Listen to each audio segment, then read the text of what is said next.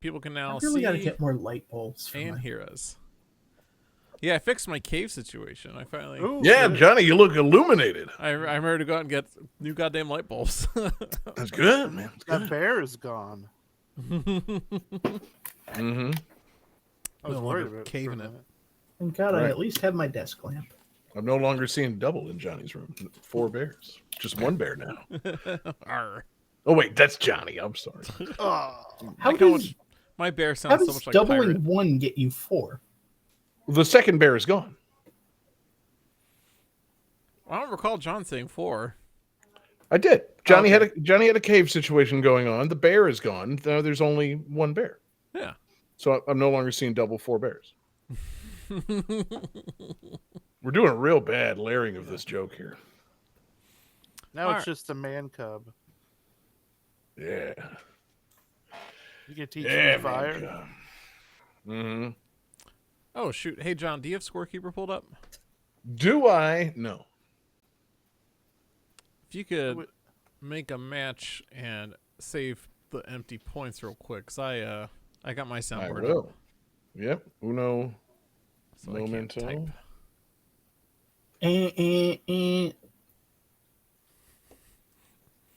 All of your sound keys aren't tied towards like just bubbles, so it should be more like, what the heck? Spice? Pepsi Man? That's what happens. Like if I try to type GTT, it's gonna be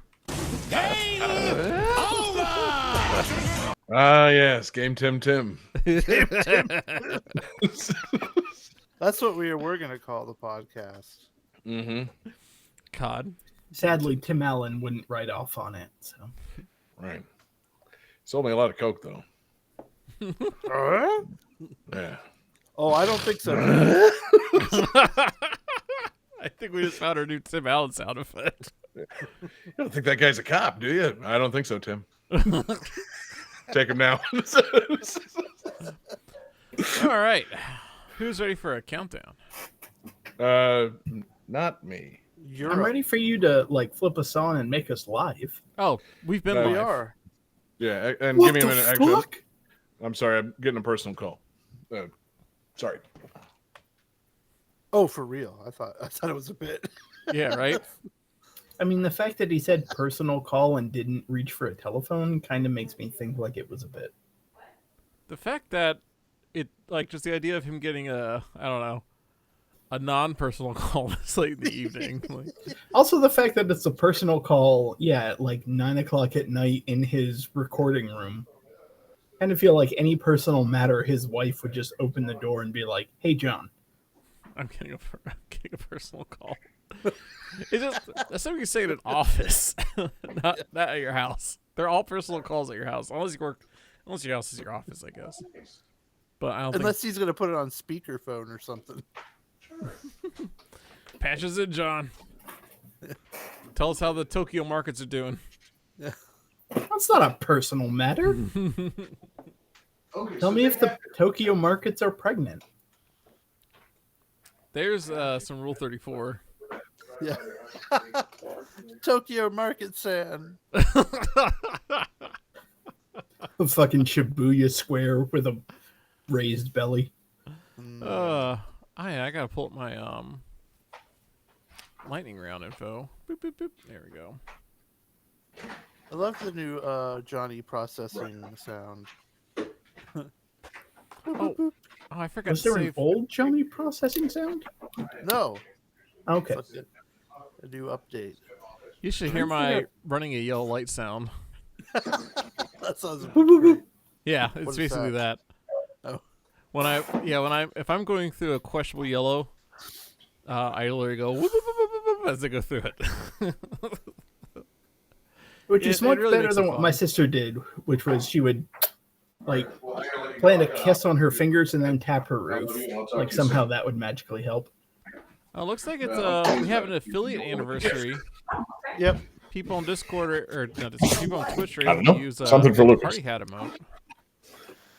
Sorry about that, guys. Family call. I just, family member calls after, I don't know, 9 p.m. I figure it's an emergency. Yeah. Turns out it was not. Phew. Let me actually It was actually a phone call to warn me that my uncle was about to knock on the door. So I'm going to go say hey to my uncle real quick. John, you've got a family call. Oh my God. Someone found my keys.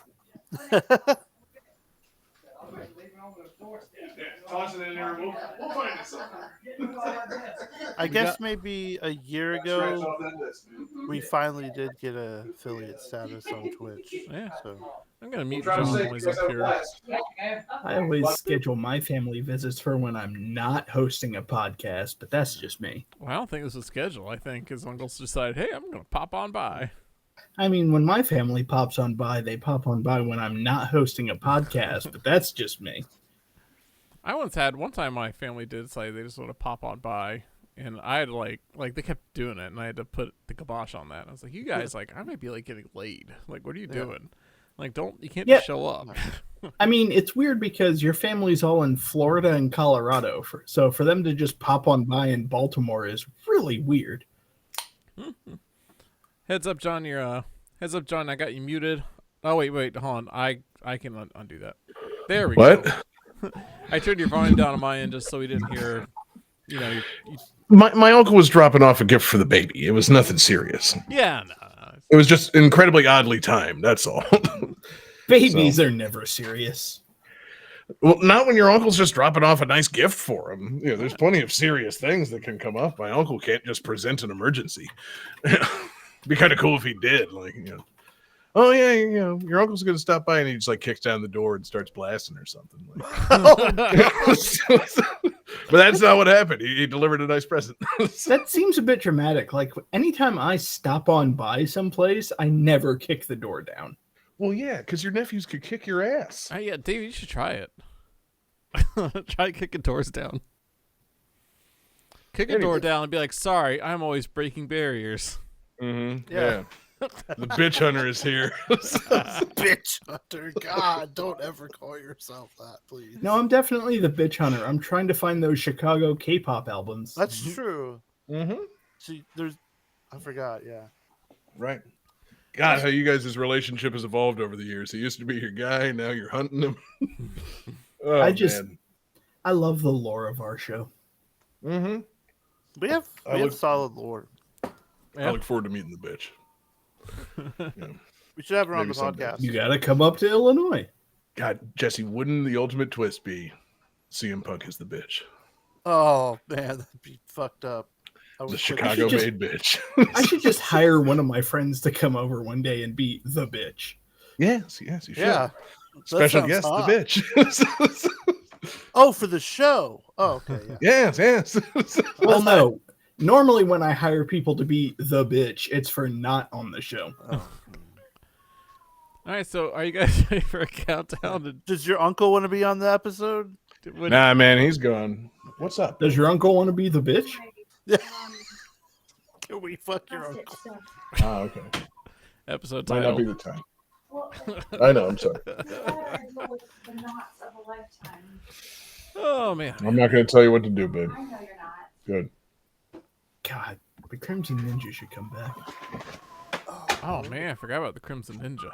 Yeah. What's he been up to lately? I don't know. I wish I met him. He sounds like a really cool guy. I just hate that. I get the idea that since he's Crimson, he probably votes red. Okay, John's back. I mean, Sorry, guys. I feel like he votes red, but like communist left wing, not radical right wing. Who? What? We were talking about the Crimson Ninja. Oh, God, I hope I never see him again. We were saying how much you like him back. Oh, no. No, I've learned my lesson on him. I don't trust him one bit. It's because you're racist against Japanese people. It's cool. Oh, I thought he was Russian. Why? What was his hurry? He was Russian and Japanese. All right, so are you guys ready to start the show? Johnny is so desperate to start the episode. Please start it. I mean, we only have like 3 lightning rounds and a couple of bonus games. There's no real rush. All right. I don't see why we're in such a hurry. So Jesse, are you ready? Yes. David, are you ready? Johnny, start the fucking Yes, show. please. All right, 5, 4, 3, Oh, wait. 2, 1, Go. Welcome to Game That Tune.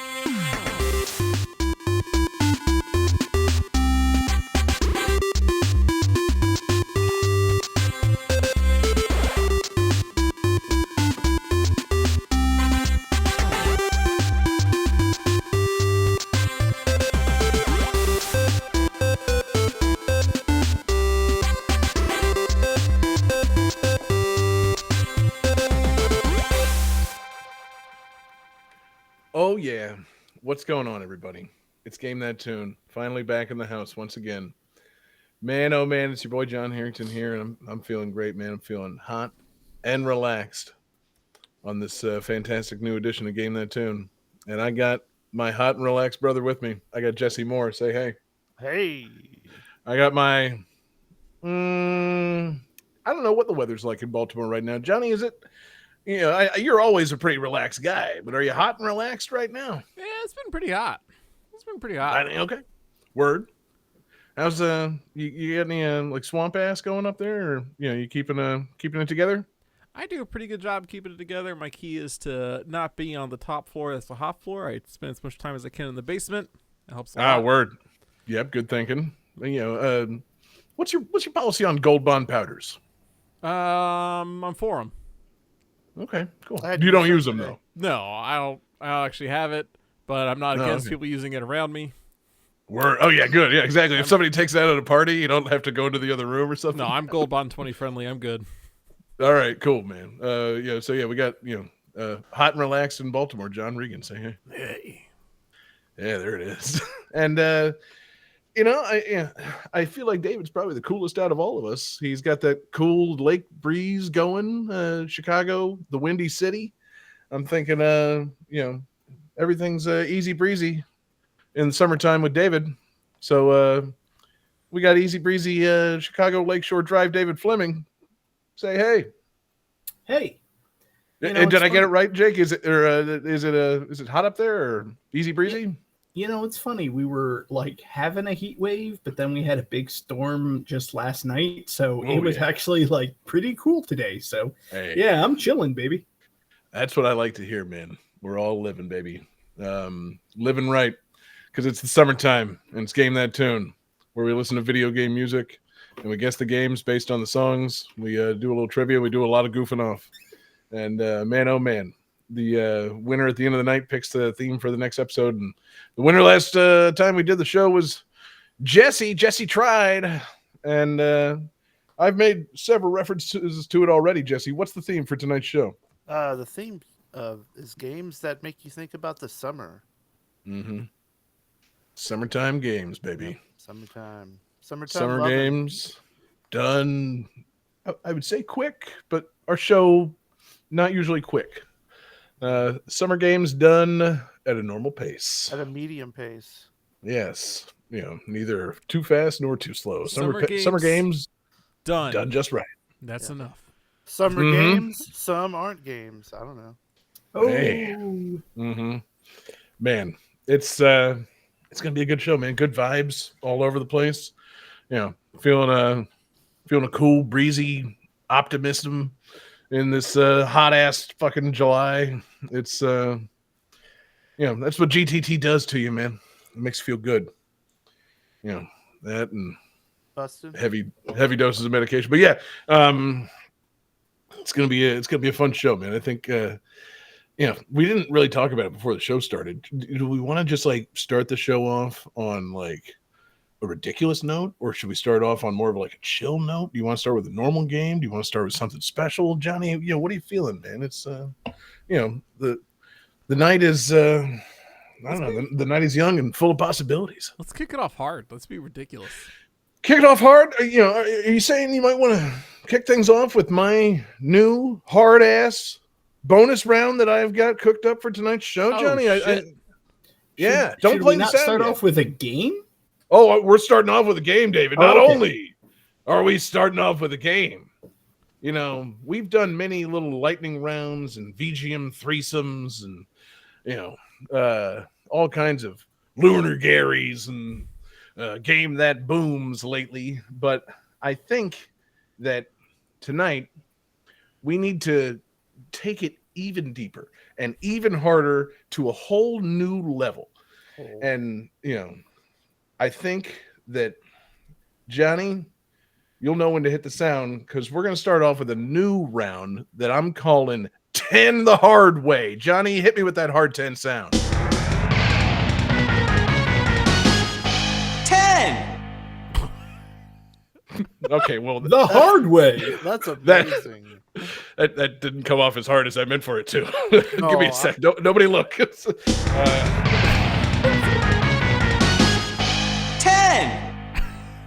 10.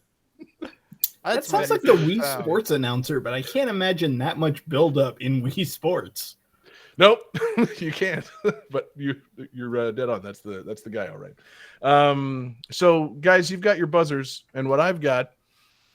Yep, that's how they work. What I've got is stop doing that. I'm trying to fucking talk. I've got 10 games to start us off. That's right. We're doing 10 the hard way. How many? 10. A fucking 10. 10. This show is going to end at midnight. And you know how many seconds long each of the samples of these games are? Oh, I have a guess. Tell me, Johnny. 10. I'm so happy about this. That's right. So we're starting things off with 10 the hard way. 10 songs, 10 seconds. You guys have to buzz in and guess what they are. I'm going to give you a hint. I'm going to give you a year and the name of the song, and you tell me what game the song is from. Okay? 10 the hard way? Everybody sound good? Yep. Good. Johnny, hit the sound one more time.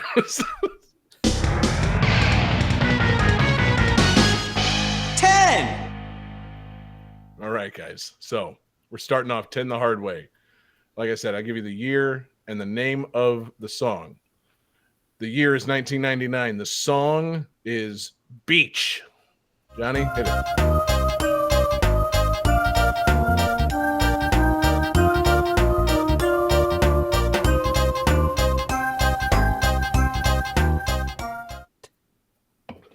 All right, David's buzzing in. What you got, David? King of Fighters 2000. Oh, wow. Good guess. Johnny or Jesse, either you want to buzz in and guess? I got nothing. No. Nope. That's a 1999 beach song from, of course, Pokemon Snap. Sorry, guys. No points on that one. The next one, 2022, Abandoned Beach.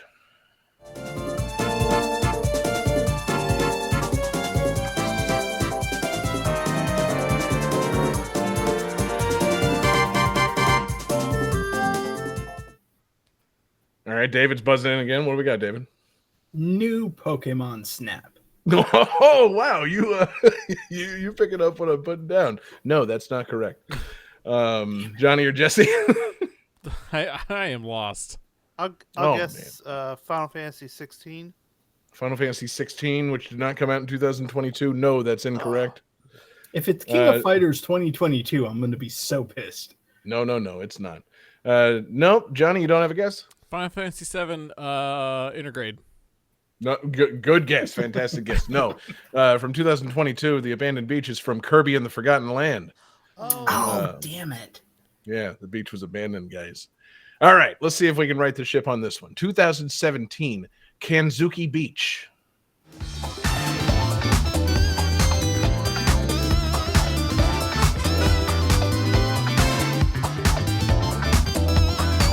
David seems to be the only one that wants to use his buzzer. David, what do we got? You said 2017? I did. Tekken 6. Oh, wow. No, that's incorrect. Jesse or Johnny, do you have a guess?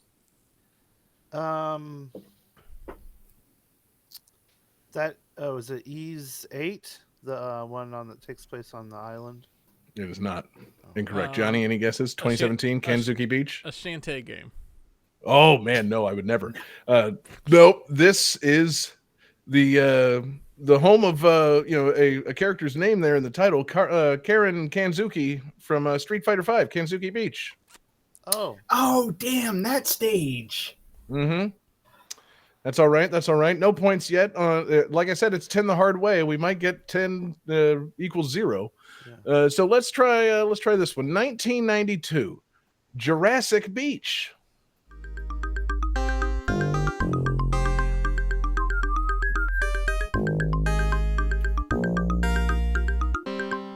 Ah, 3 buzzes. What a concept. David was in first. I'm going to go out on a limb. Jurassic Park. Oh, wow. Jurassic Park, the movie from 1993, of course. No, it's not Jurassic Park. Jesse was in second. Jesse, 1992, Jurassic Beach.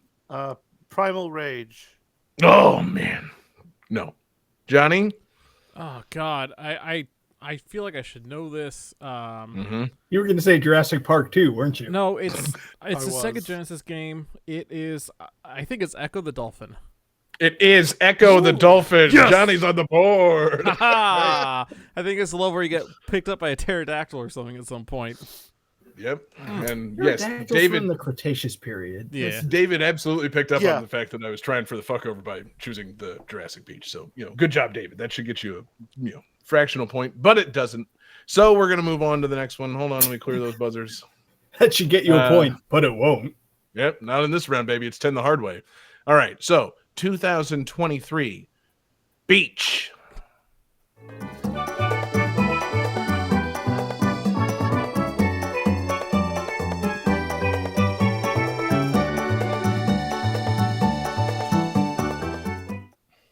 Johnny is first on the buzz. Yeah, shit. I thought I knew this, but then I'm now guessing it. Oh no! I'm pretty sure it's a Mario Kart game, like maybe a Mario Kart 8 booster pack, something or other. Mario Kart 8 Deluxe booster pack. No. Mario Kart 8 Deluxe came out way before 2023, right? Yeah, it was okay. a launch title for the Switch. Yeah. Yeah, no, Johnny, that's incorrect. Jesse was in second. Super Mario Wonder. Super Mario Brothers Wonder. Jesse's got that point. Oh shit! I thought those. Oh wow! My sense of time is wrong. Okay. It's all right, Johnny. It happens. All right, so after that, we've got 2014 Beach.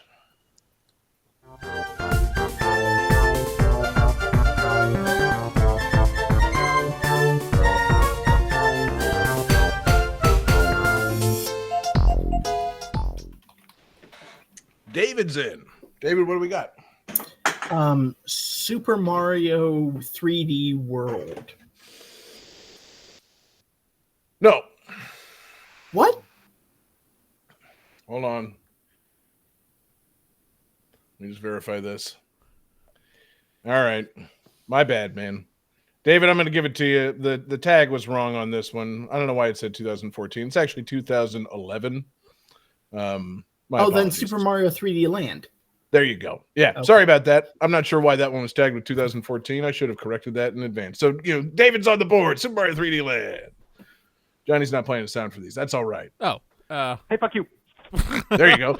Thanks for that sound, Johnny. Makes it feel great. Not that sound. All right. So, follow up those couple of gimmies. We're going to do a harder one. 1998. The name of the track is Beach.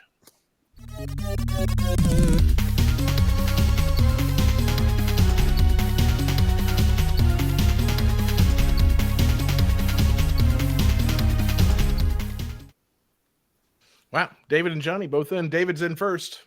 And there's Jesse. David's in first. What do we got, David? GoldenEye 007. Ah, yes, the game. No, man, I love that beach level. Sadly incorrect.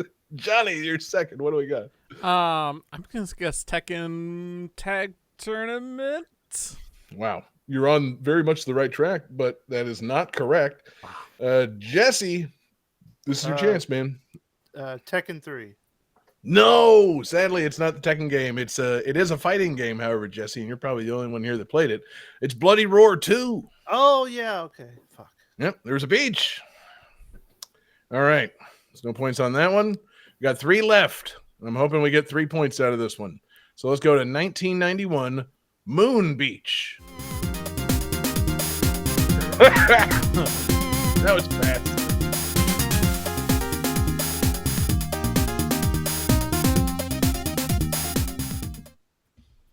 All right. Johnny was in first. Streets of Rage. Johnny? Yeah, it's Streets of Rage. Well done, sir. I knew it as soon as you said the name. Yeah, I thought that might happen on at least one of these. So good. I'm glad.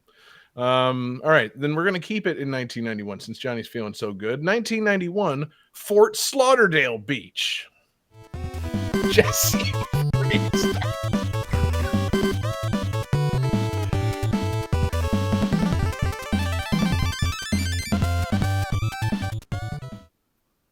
Jesse, who buzzed before the song began. Sorry, it's one of my favorite games. Yeah, it's great. Teenage Mutant Ninja Turtles 3, The Manhattan Project. That's correct, Jesse. It is TMNT 3, The Manhattan Project for the NES. Great job. All right. It's our last one. Jesse's gotten 2 points on this. Johnny's gotten 2. David's got 1. Let's see if David can even things up and render this whole round pointless with 1993. Hold on. Let me clear the buzzers. Sorry. With 1993 Beach. Good strategy, David.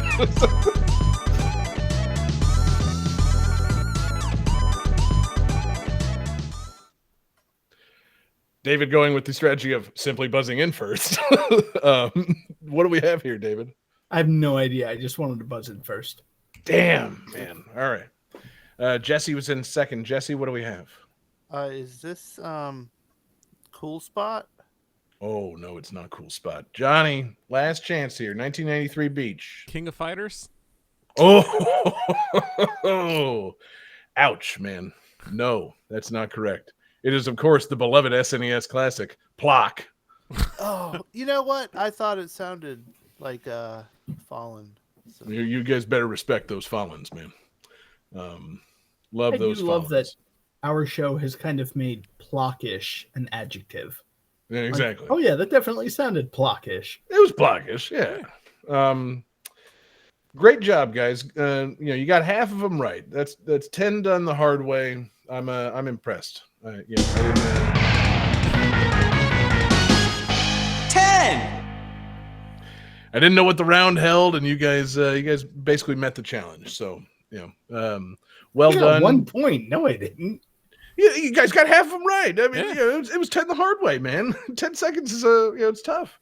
So David, the last place finisher that he is gets to decide what game we're actually starting the show with now. So David, who are we tipping off with? Jesse. Nice. Game 1. Game 10.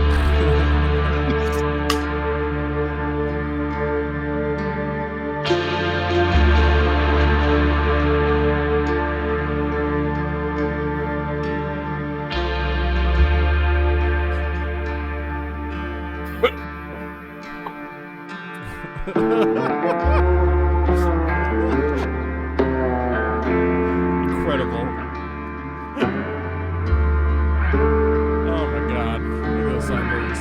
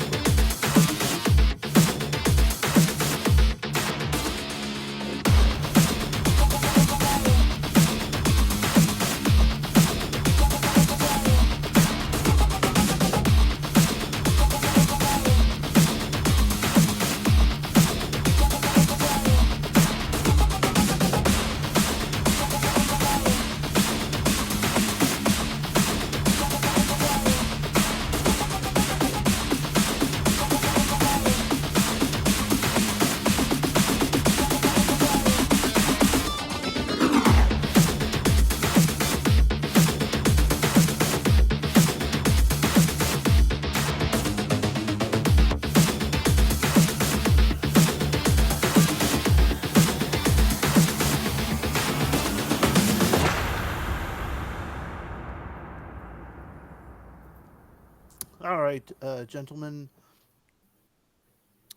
So, although the cover art of this game depicts what looks like a great white shark, the game actually lets players play as a bull shark because it would be inaccurate for a shark to be swimming in freshwater rivers and bayous, but bull sharks are one of the only species of shark that are able to survive in both fresh and salt water.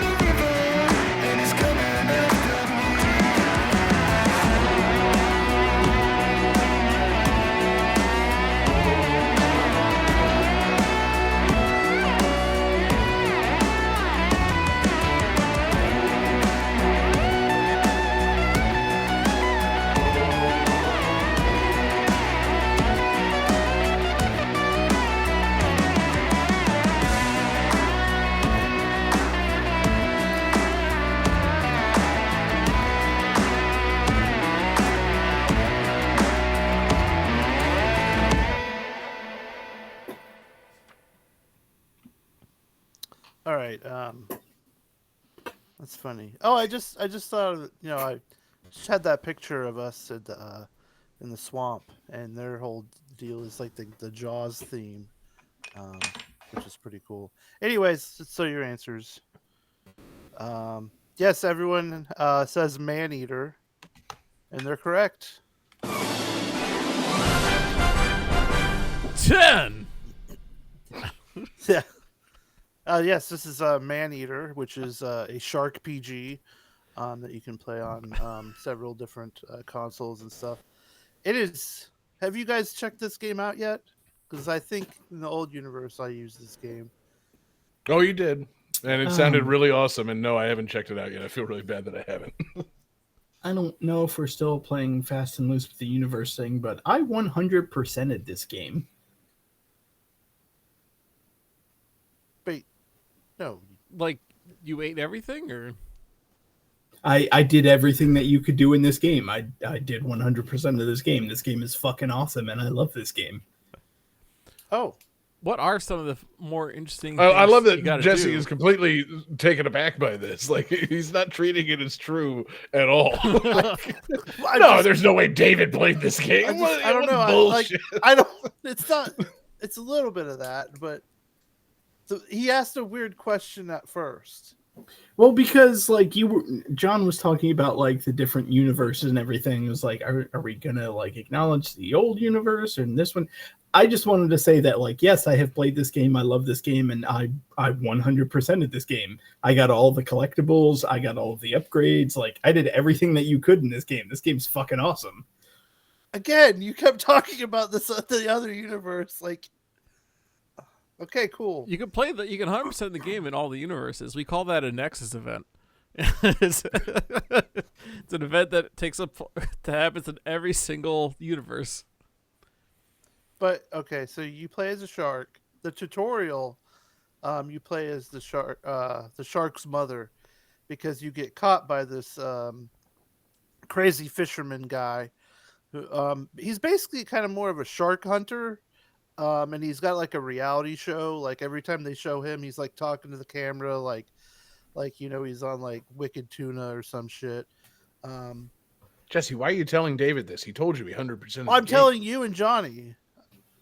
And then this is now a conversation between you and David. He 100% of the game, man. Well, I didn't, so I'm worried he'll spoil it. Oh, okay. So David's kind of the expert here then. Yeah. I'll fucking walk away if I have to. Actually, take it, David. You know way more. No, Jesse, this is your game. Please discuss the game. I feel like I'm gonna fuck it up. I'm gonna You're describe not it gonna weird, mess anything up. and I you're have- gonna be like, This "Dude, is your that's not game. what Please, happened." please discuss the game. That's like I'm gonna say the wrong thing, and you're gonna be like, "No, the shark gets this kind of upgrades." I don't know. Where David, you found... how many edits have you made to the Maneater wiki? I'm sorry, I have to take a personal call. What? Is his uncle there too? Fuck. I have It's one fucking- question, which is: at any point do you get to swim on the moon? That's all I want to know.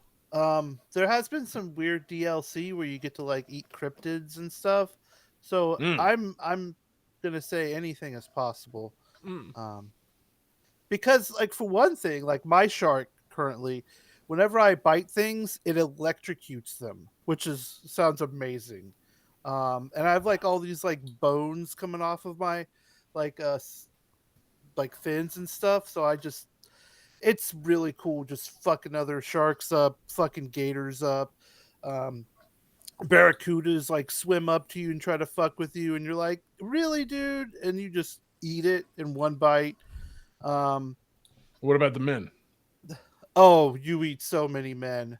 I mean, it's there in the title. I'd be disappointed if you Yeah, didn't. no, it's so great when you can. Okay, there's a lot of ridiculousness in this game. Chris Parnell does a lot of the narrating, and he narrates it like you're watching a nature documentary.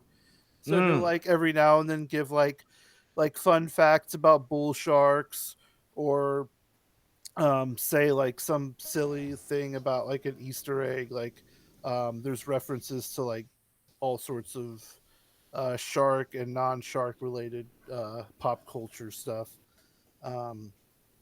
My favorite thing is to jump out of the water and land on a golf course and just start fucking eating golfers left and right, and then like chomping around on the water, and then you get into a water hazard to like refill your the water on you and stuff. And so then you jump back. I was gonna out ask, of the like, water hazard and fuck more fucking rich white people up. It's so good. Oh, Huh. that sounds pretty satisfying.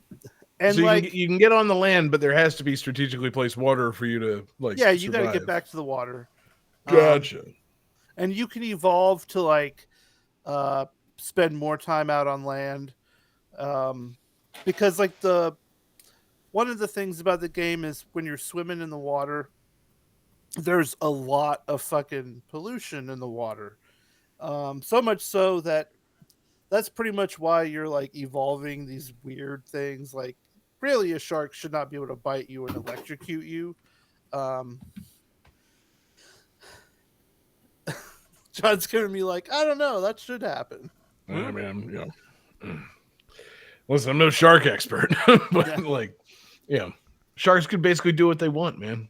Evolution be damned. Yeah, I did. So I was swimming out, and I was getting closer and closer to the ocean, and I saw a fucking orca, and I just like turned around. I'm like, never mind, I'll go back to the river. Wait, is there like a rivalry in the game? Like, can orcas fuck up the shark? Well, it was level 30, and I was level 15. You were out of your element. It's like, never mind. Yeah. Carry How on, many orca. sharks do you think it would take to take down that orca? Like, you want to do the duck-sized horse thing with sharks and orcas, or is it something where you can eventually just level up and kill the orca yourself? Oh yeah, I could definitely one electrified shark. I could, once I got to level 30, I'd probably be, fair game for it. Right. Word. But yeah, and so like as you go around and like attack humans and stuff, like you kind of get like a star rating or so, kind of like in Grand Theft Auto. And so like then they'll start sending like dudes on boats with like guns to try to like take you out. And of course you just eat them. But then like after you kill enough of them, some famous like, this guy fights crocodiles on Sundays and he's coming to try to kill you. And so then you got to like take him out, and it's all these like weirdos. And of course there's the main guy who like captured you. And well, at the beginning of the game, like I said, he captures your mother and kills her, but you were, somehow as she gave birth to you, somehow you were big enough to bite his hand off. And so like the rest of the game, he has a hook for a hand, and like he's after you, to like get revenge. And so like the more Turn you you into a level up, clock and then kill a bunch of kids. and I think I may have eaten his son recently, which is really cool. So cool. Yeah, Not for the sun. it's a really cool game. Like it can get a little repetitive. Swimming does feel like you're flying like in a spaceship game or something. Space. But it's like, what if you made a really cool Echo the Dolphin game? Well, okay, so didn't they make Jesse? They already made a really cool Echo the Dolphin game. It's called Echo the Dolphin. All right. Defender of the Future. I mean, the idea of Echo is cool, but I feel like this like kind of does it better. So, Well, yeah, because you're a shark. Sharks are fucking more fun to play as than a dolphin. Well, and also, how likely are you to get out of the first level of this game? Because that's the main issue important. with Echo the Dolphin. Very easily. Okay. Very easily. Let's see. I think it's made by the people who did the Echo for the Dreamcast. So, some lineage. Here I was making a joke, and pedigree. they came along and did it, man. They knew how to improve. They took Defender of the Future and turned him into a man-eating shark. Good. But it's Very good. really, really swell game. If you see it on sale, you got to check it out. Like, it's on Game Pass again. But yeah, it's definitely worth checking out. And David can attest to how cool it is. What are your favorite parts? You I 100%. can. Yeah, this is a really fun game. I remember Jesse recommending it, and I checked it out, and yeah, it's a blast. The RPG elements where you can kind of like upgrade your shark are interesting because there's like different mutations, they call them. So you can get like more defense, you can get electrical attacks, you can get faster and everything, and you don't have to do it all in a row. Like you get upgrades for like your head, body, and tail, so you can mix and match. So you can get like an electric jaw to like when you bite things, it electrocutes them and everything, but you can also get like a bony body that gets you more defense. And yeah, it's just fun to be a shark, like swimming up to golf courses and then jumping onto golf courses and fucking eating people. He's played it for sure. He's right. Yeah. The math checks out. Yeah, I'm looking at it now, and like it's I have no excuse. It's on like the PlayStation Plus bonus service or whatever. Like, it's on my my Sony Game Pass. I have no reason not to play this. I'm gonna download this like right now. It's time to play a man-eating shark once I finish one other game. But yeah, man-eating shark game. That's next on the list. Sorry, Monster Hunter, you're bumped. Man-eating shark just took your place. So, that's the thing. I think one recommendation gets you intrigued, but when that one recommendation then leads to David 100%ing the game, it's like, all right, okay, now I do have to play this. Like, yeah, that's a win right there. So, cool. We'll check back in a few weeks once I've 100%ed Maneater as well. Maybe we'll be doing some more sharking. But Then we can get Johnny to do it. I mean, Johnny, buy yourself a PlayStation 5 and get Maneater on the PlayStation Plus service. It's not going to cost you too much. There's no easier way to do it, quite frankly. Or Game Pass. Nope. Or you could definitely buy it on Switch. You could do that. I do have a Switch. We always forget. There's many ways to buy games. And obviously for the theme, July 4th is in the summer. Jaws takes place on July 4th, and Jaws is a shark. And there have been an unusual number of shark attacks this very summer. So yeah, there has been. Yeah, so it all tracked. I honestly didn't think there needed further clarification, but well done. And Shark Week takes place. Shark Week did recently conclude. That's true.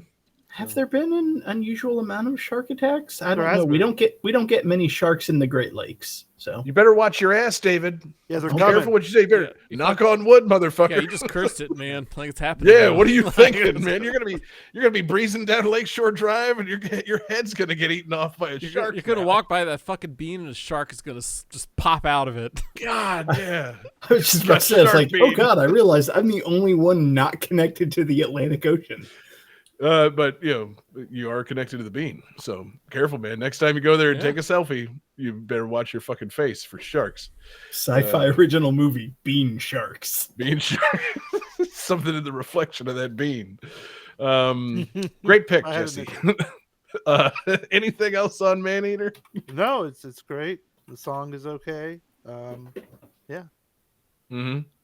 We'll be back to this one, guys. Yeah, we're all gonna 100% this one. We're all gonna be eating men. Hell yeah.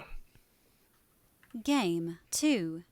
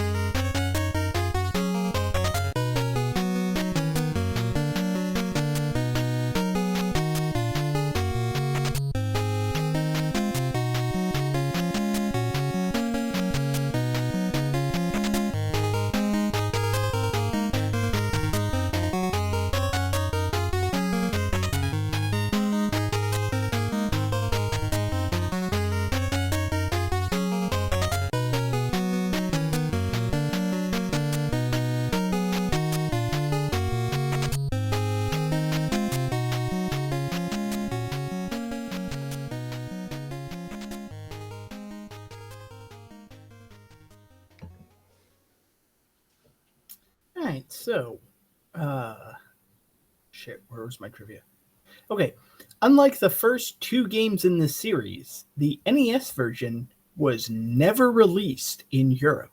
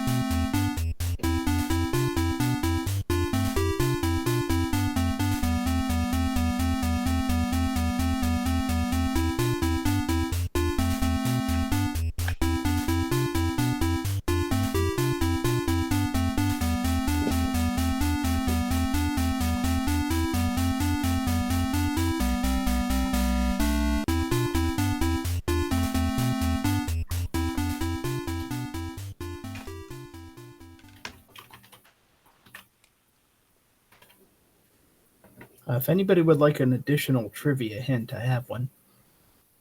I'll wait and see if they need it. I don't know that I want it. What?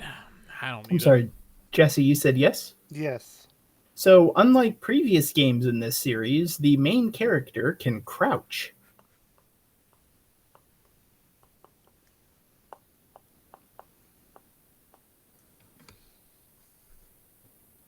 Hey. All right, so Johnny has drawn a penis, sadly incorrect. However, John and Jesse have the correct answer. This is Adventure Island 3.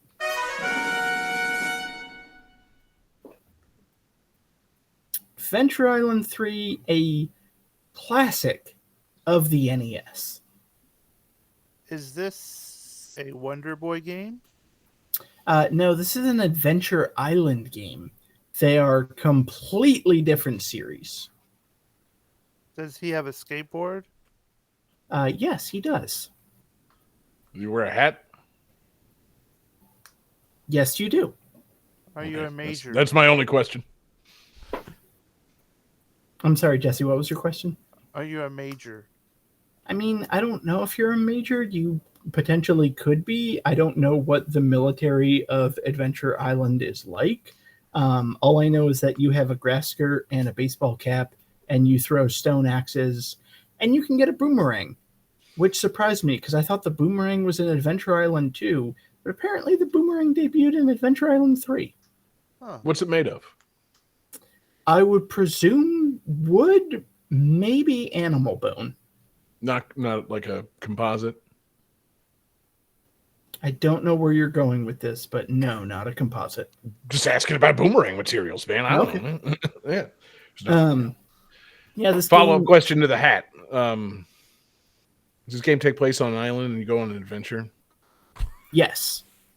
Okay. So, aliens who are also magic rhinos kidnap your girlfriend, so you have to go on an adventure to get her back. I thought these were dinosaur islands. So you can get dinosaur helpers. It was Adventure Island 2 introduced 4 dinosaurs. This one added a 5th dinosaur. Wow. David, okay, real question. Where can I read more about this in the Bible?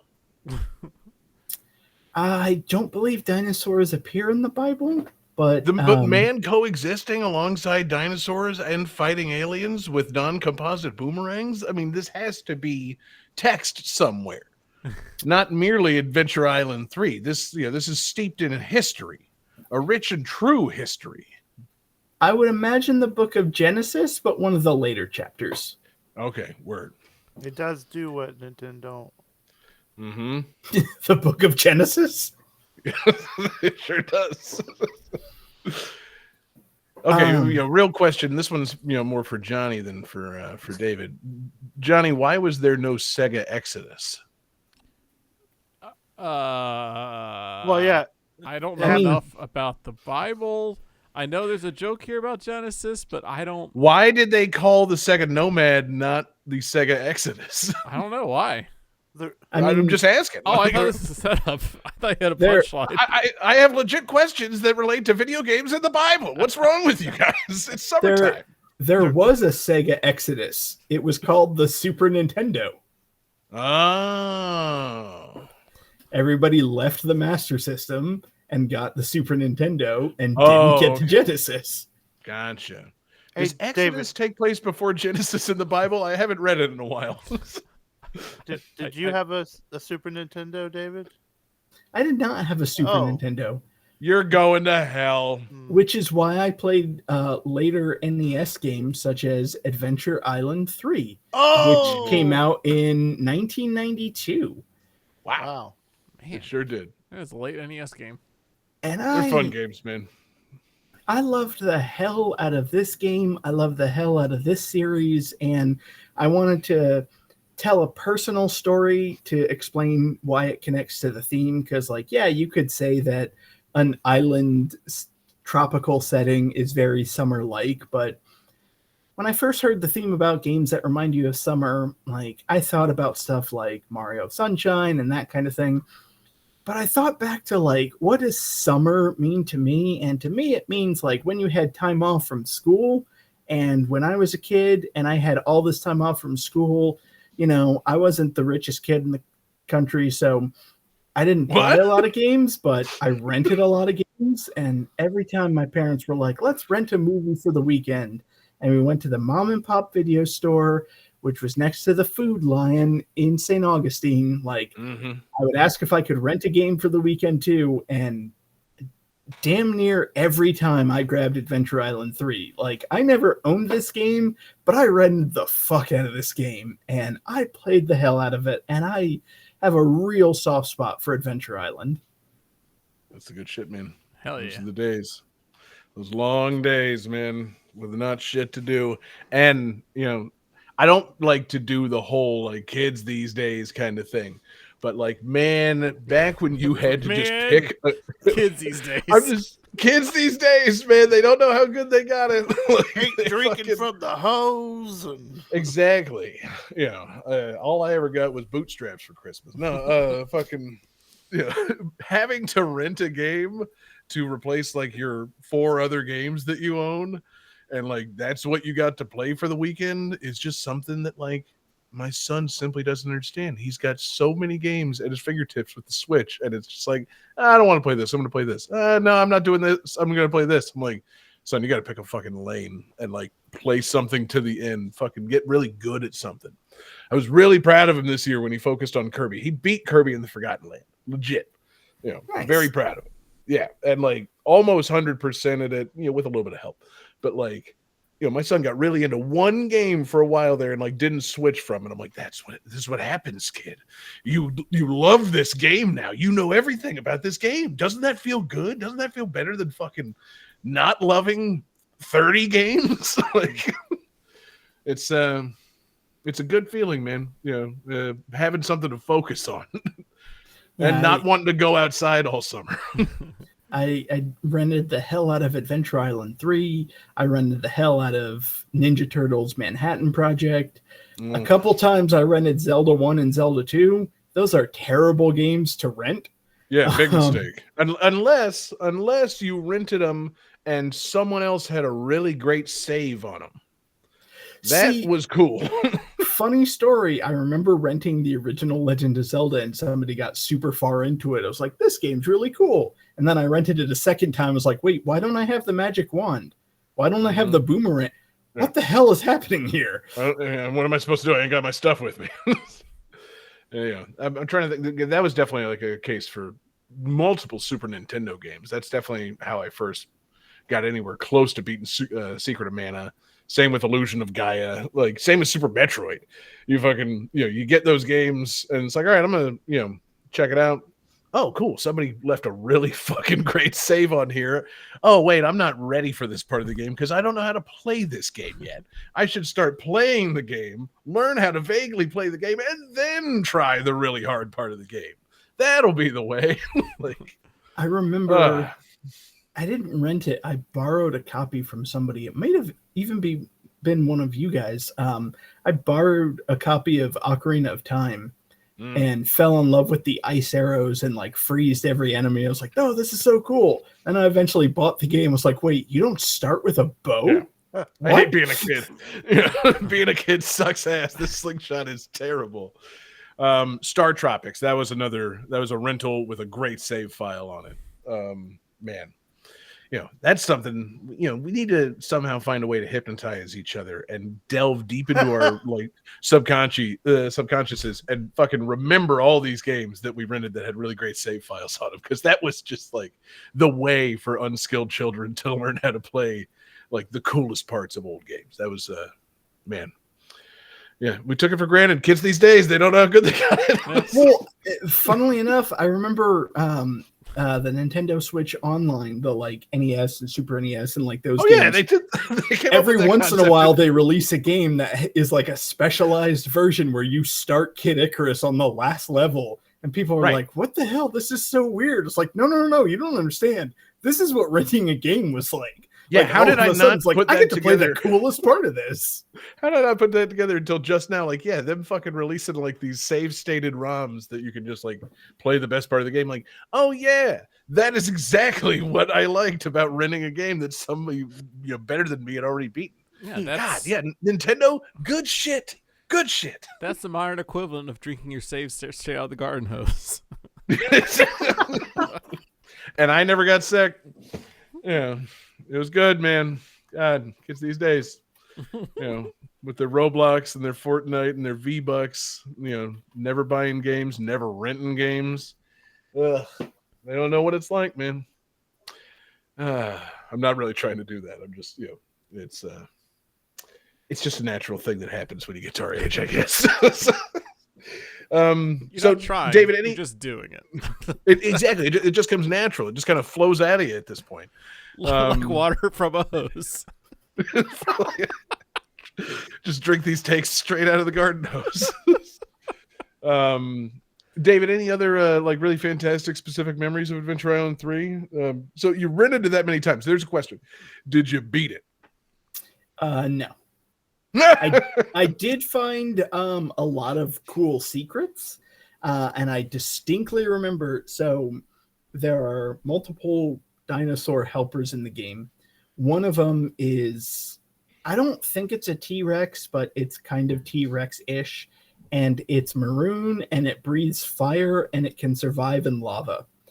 And I remember in one of the cave stages, the ground came to an edge, and there was a platform in lava, and then there was another edge. And if you had that dinosaur, you could jump down into the lava, and if you breathed fire, it would break a hole in the wall to make a hidden door to go to like a bonus area. That's the shit. And I remember discovering that and thinking, like, this is the most insanely cool thing fucking ever. Because again, it wasn't like I had a guide online to follow everything. I definitely discovered a bunch of cool shit, but no, I never quite got to the end. I hear you. That's also kind of how it went. Sometimes there's only so much you can do in like 3 days. Sometimes, yeah, exactly. Sometimes you rent a game and there's a really great, like I said, there's a really great save file on it, but it's really hard and you fucking aren't good at the game. That's how it goes. Or sometimes, yeah, you got 3 days to try and do the shit, and these games were meant to be hard so that you go rent them again. They got you, they got you on the hook, man. I respect them for it. There was a limited window of time that game companies could do that, and they took advantage of guys like us. It was good. God, we just drank those games straight out of the hose. It was the way to do it, man. A lot of summer nostalgia. I'm saying, man, we were home before the street lights came on, or whatever these fucking boomer memes say. We ate fireflies straight out of the jar, and never got polio. No, we ate fireflies straight out of the hose. There it is. Straight out of the garden. Game 3.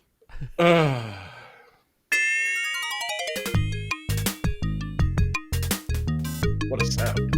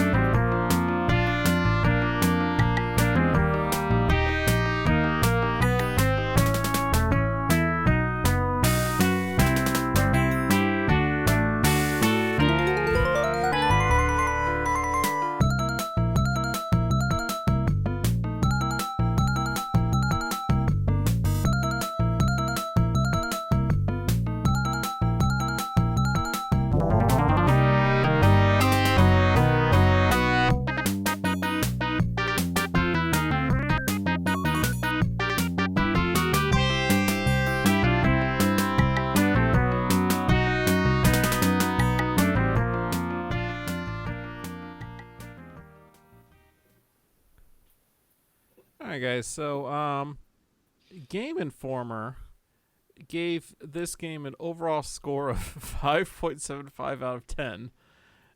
Noting the game is geared for younger players and the gameplay is too easy. Concluding, quote, it captures the quality of Sonic the Hedgehog. That was the quote.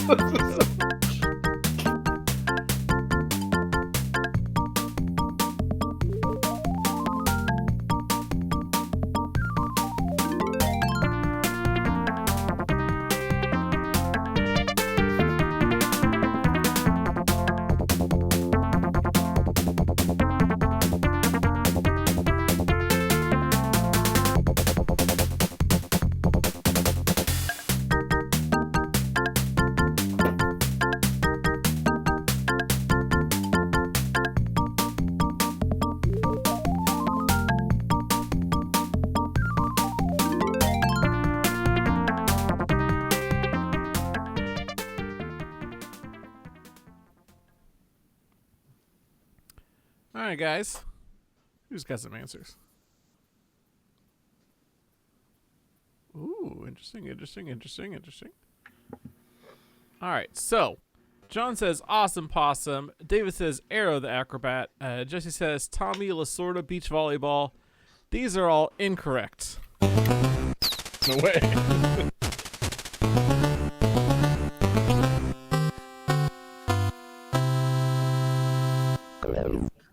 This is the 1995 classic Izzy's Quest for the Olympic Rings for the Sega Genesis. Do you guys remember Izzy, the Olympic mascot of the 96 Atlanta Games? Oh, God. This Of course game I is, do. This game is terrible. It's Wait. Hold on. John, before you get into describing this game, are you saying that a Genesis game that was made to capitalize on the Olympic Games mascot was bad? Yeah, like I could forgive a few things. Like it has performance issues. Like it randomly slows down, which is kind of bananas on a console game from this era. Usually they tend just to run at the same speed the whole time. Unless you're really pushing boundaries, which this game is not. Like you're not having to wait on your 3DFX chip, or not 3DFX, Super FX chip. You know, this is just a game. You have power. You have two moves. You have two jumps, and then every once in a while you get a power up that'll let you sometimes do an action. Like they have timed power ups or strategically placed power ups to help you get through part of the level. Like there's one where you get a fencing sword, and like okay, that makes sense. You're Olympics fencing. Then That tracks. There's one where you turn into a rocket ship, which you fly rockets in the Olympics. Yep. Hold on. Whoa. Excuse me? No, not in the 96 Olympics. I think that's in the upcoming Olympics. Johnny, were they 28 years ahead? They may have been a little ahead of their time on this one. Yeah, because like rocket sled is now a thing in the Olympics. Yeah, they added those stupid new sports like breakdancing and rocket sled. But like, Did you see the fucking kayak one where you can like hit each other with the freaking oars and there's they have one, what battle kayaks now? kind of it's like 4 kayaks and they start on like an incline and go into the water, and there's like obstacles they have to go around.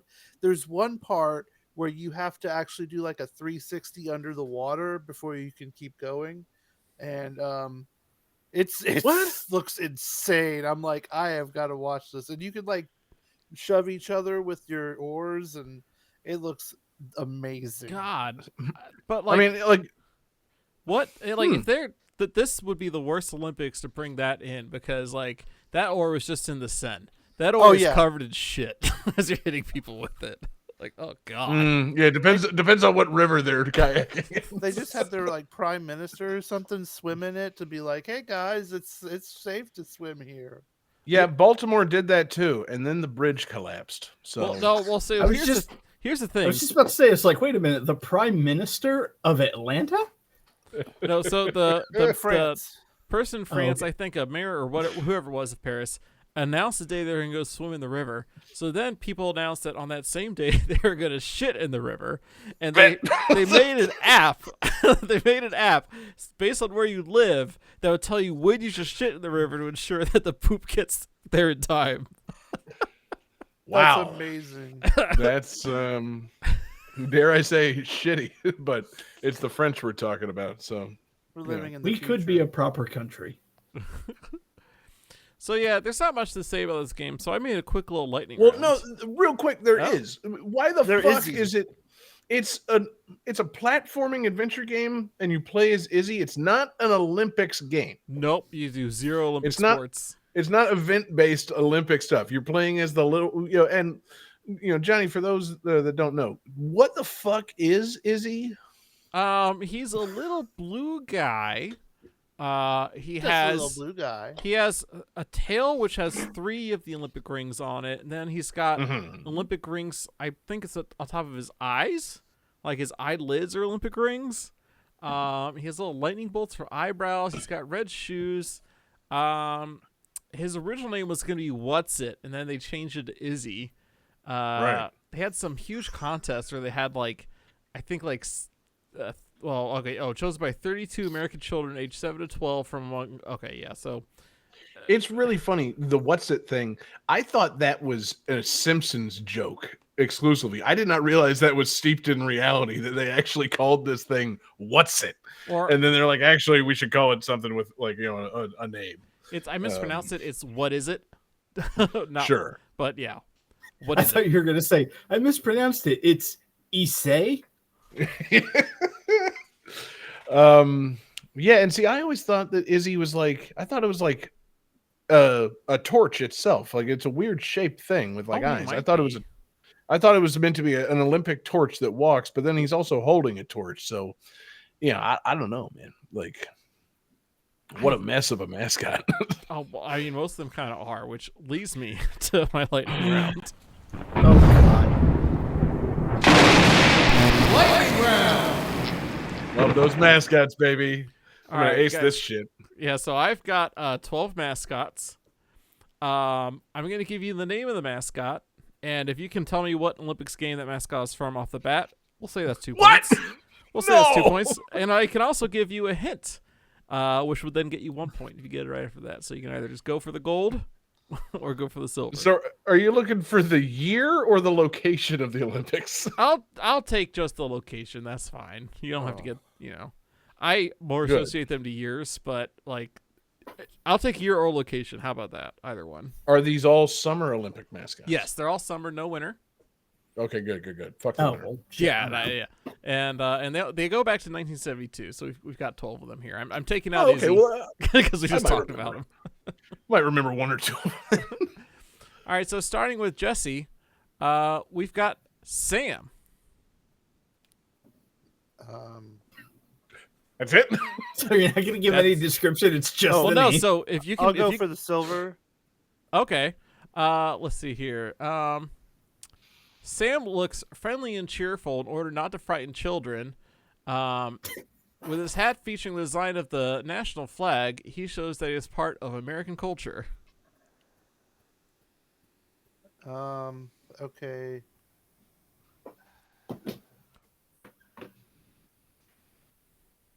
'82. Incorrect. There were no Olympics in '82. That was L.A. 1984. Ah, Sam. He's a little What- eagle what- dude. Sam Eagle. Yeah. the Muppet. Yes. I wish it was just I Sam Eagle, the wish. Muppet. Yeah. Let's play the games. All right. So David, Wenlock. I'm going to go for the silver. All right, he takes his name from the town of Muck Wenlock in Shropshire, which hosts the traditional Muck Wenlock games. What?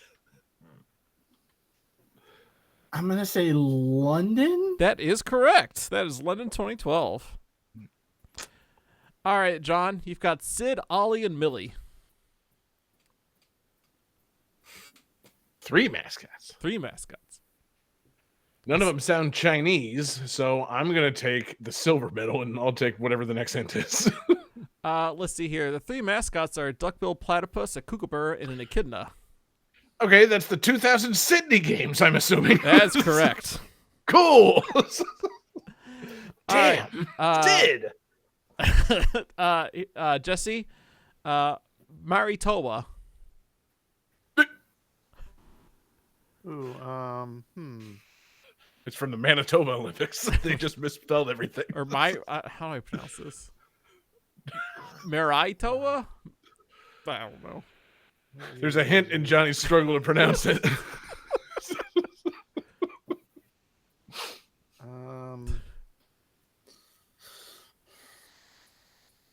Did 88? 88. No, that's this was from the Tokyo 2020 games.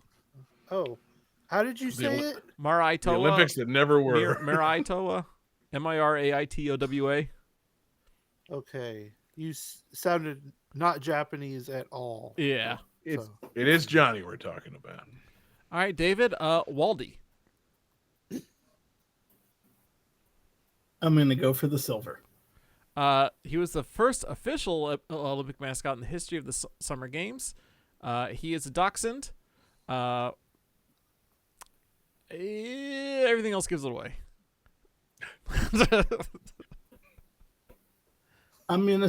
You said first official.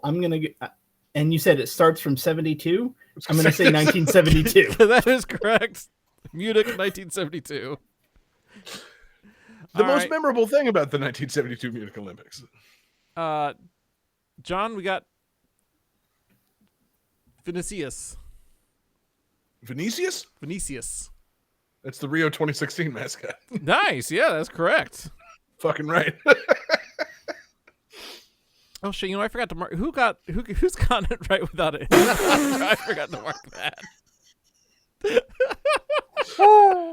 As I'm going to go mark John, I'm like, oh wait. Well, I have gotten it correct with no hints all times. Oh yeah, shit! I don't remember how many points everything's supposed to be worth. It's supposed to be 2 if you get it with no hints, 1 if you get it with a hint. I've gotten. David got Munich. Off the I have gate. 2 points. Yeah. I've got 3. All right. Yep, that sounds right. Okay. Yep, that sounds right. All right, so back to Jesse. We have Bye Bye Jing Jing, Huan Huan, Ying Ying, and Nini. It's the Lillehammer Winter Olympics, Jesse. I'm just going to put it out there for you. Is it Beijing? It is Beijing. They represent the 5 natural elements. Oh. All right, David. We have Favos and Athena. I'm going to say Athens. Yes, that is Athens. We're running low on Olympic Games here. All right, John. We have Kobe. Kobe? Cobi might be pronounced Colby. It's probably pronounced Kobe. Or From maybe the Kobe. Kobe Bryant. Yep. R.I.P. Kobe Bean. No, based on process of elimination, I'm just going to go with the 1992 Barcelona Olympics. That is the Barcelona Olympics. Bang, bang, bang, bang. It's a allusion to COOB 92, an abbreviation of the Barcelona 92 Olympic Organizing Committee. That sucks. Yeah. What? All right, Jesse. We have Amik. What is it? Amik or Amik? AMIK. Careful, Johnny. You might have the Ireland Olympics. Montreal. That is Montreal. Nice. Right. And then David, we have Misha.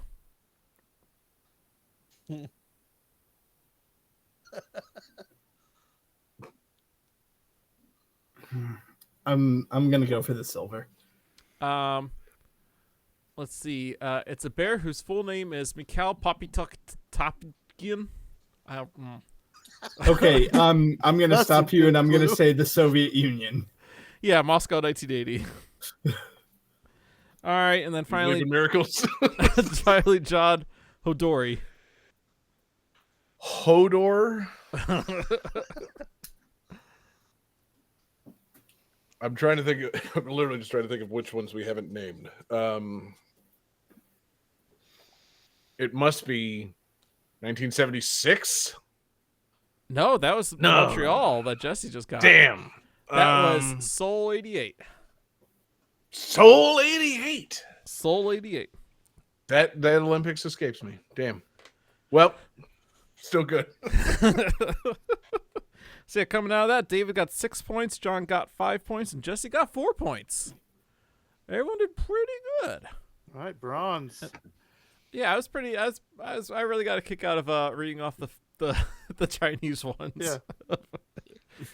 Yeah, that And like probably offending a lot of people. I don't know how to pronounce it. what Yeah, I should've country made that were Ireland. these Olympic mascots in? Shexing. Like, come on, man. If you could have pronounced your Japanese names better, we might have gotten the Tokyo one too. But so it goes. Man, do we know what the Olympic mascot is for this year yet? Oh, I think we do. Let me see. Eiffel, he's a big tower. I hope so. God. Rightfully. Oh yeah, he's like a red blob. He's kind of like a red version of Izzy. Dope. It's pretty The weird. Lizzie. Oh wow, yeah, I'm looking at it now.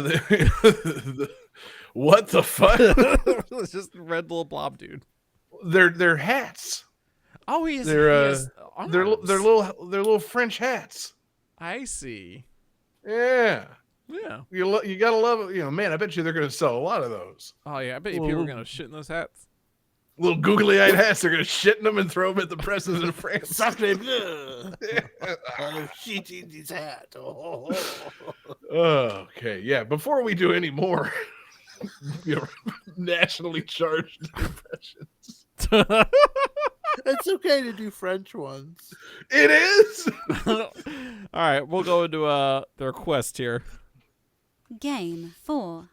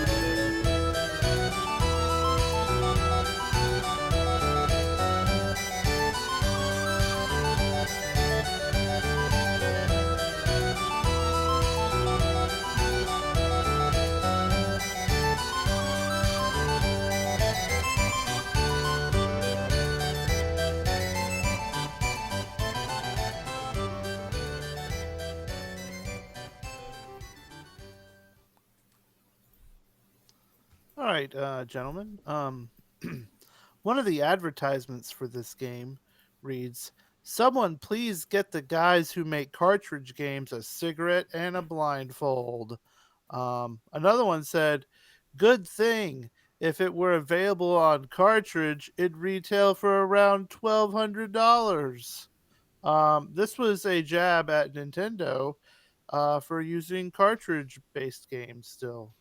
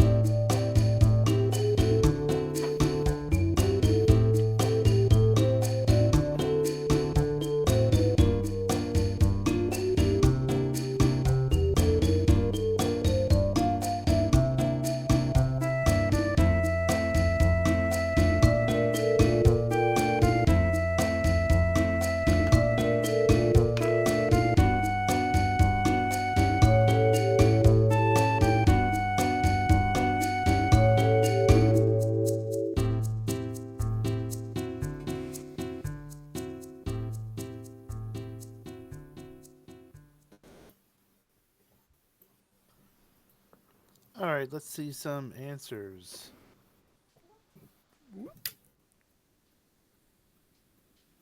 Oh, everyone says Final Fantasy VII. Everyone is correct. This was our fan request for this week. CX Trife made a request in the Discord where you can make a request too. He says that the town of Costa del Sol reminds him of summer. And I'm not seeing it. yeah, it's a very tropical-y type town. And yeah, this is Final Fantasy VII. Costa del Sol. Yeah, Coast Summertime? of the Sun. Yeah. I don't know, man. Yeah. I mean, I haven't played Final Fantasy VII, so Yep. yeah. It's a pretty good game. It Is it? Yeah, it is. If it was good, would they be putting this much effort into remaking it? Yeah, they would. I think so. I think that's Yeah. why they're putting that much effort into it, because they know the fans like this. The remakes are basically, besides all like the weird story stuff that's happening, but everything else is what was basically happening in our heads. Like when we were playing the battles and seeing fucking cardboard box Cloud, like wander over and slash his sword, we were seeing the fucking battle system that you've been playing. That was in our head. We're like, Cloud's running around with this big sword doing the cross slash thing, Barrett's blasting the fuck out of everybody, Well, we just got to see the cool boxes, but Boxes were good, man. I mean, they're good, and they're good boxes. especially charming now. Like, Yeah, charming boxes. I love charming throwback boxes. I know there's a bunch of like little figures you can get now where they're just the old style characters, and those look really cool. I didn't follow up on the side quest in Rebirth where you get to play Fort Condor and you play as the boxy figures. But that was a really fun surprise the first time it happened. Like, oh wow, you get sucked in and turned into little game pieces, and they're just the boxy fucking Final Fantasy VII PlayStation 1 designs. Charming moment in that game. I should have played more of it. Yeah, but so it goes. Yep. Man. Final Fantasy VII is a summertime game, though. I mean, besides Costa del Sol, what else you got? Also, like, for me back in the day, the best time to get a lot of time of playing an RPG was during the summer. I ain't got to go to school, so gonna stay up late and get some work in, leveling and grinding, breeding chocobos and stuff. Hell yeah! Oh god. Here's a question, Jesse. Did you ever rent the game and get a really sick ass save file on it, and get to play the end of the game before before actually making it your own way? John, I don't know if you know how CDs work. Do you know what the R and O in CD-ROM stands for?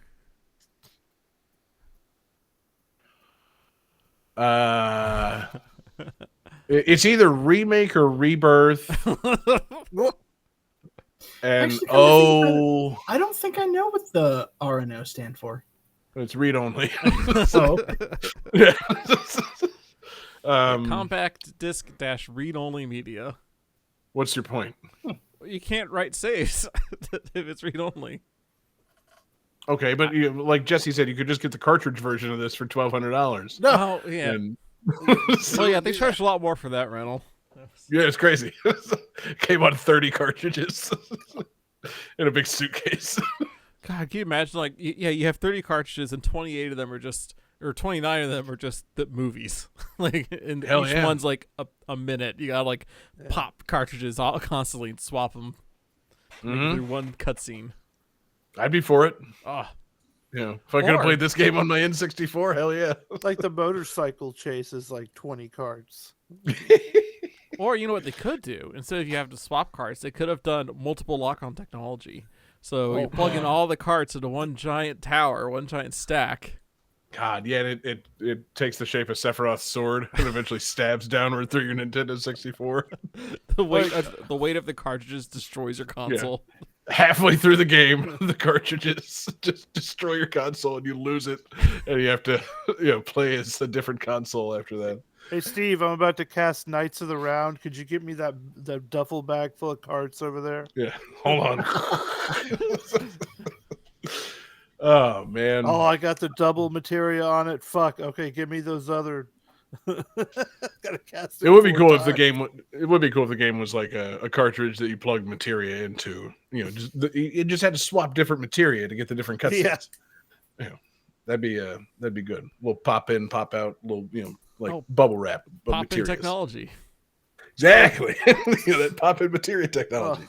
Fuck, it exists in Final Fantasy VII Rebirth, as far as I know. It exists in the original game as well. So Jesse, power rank the materia. What's your favorite materia? I like the one that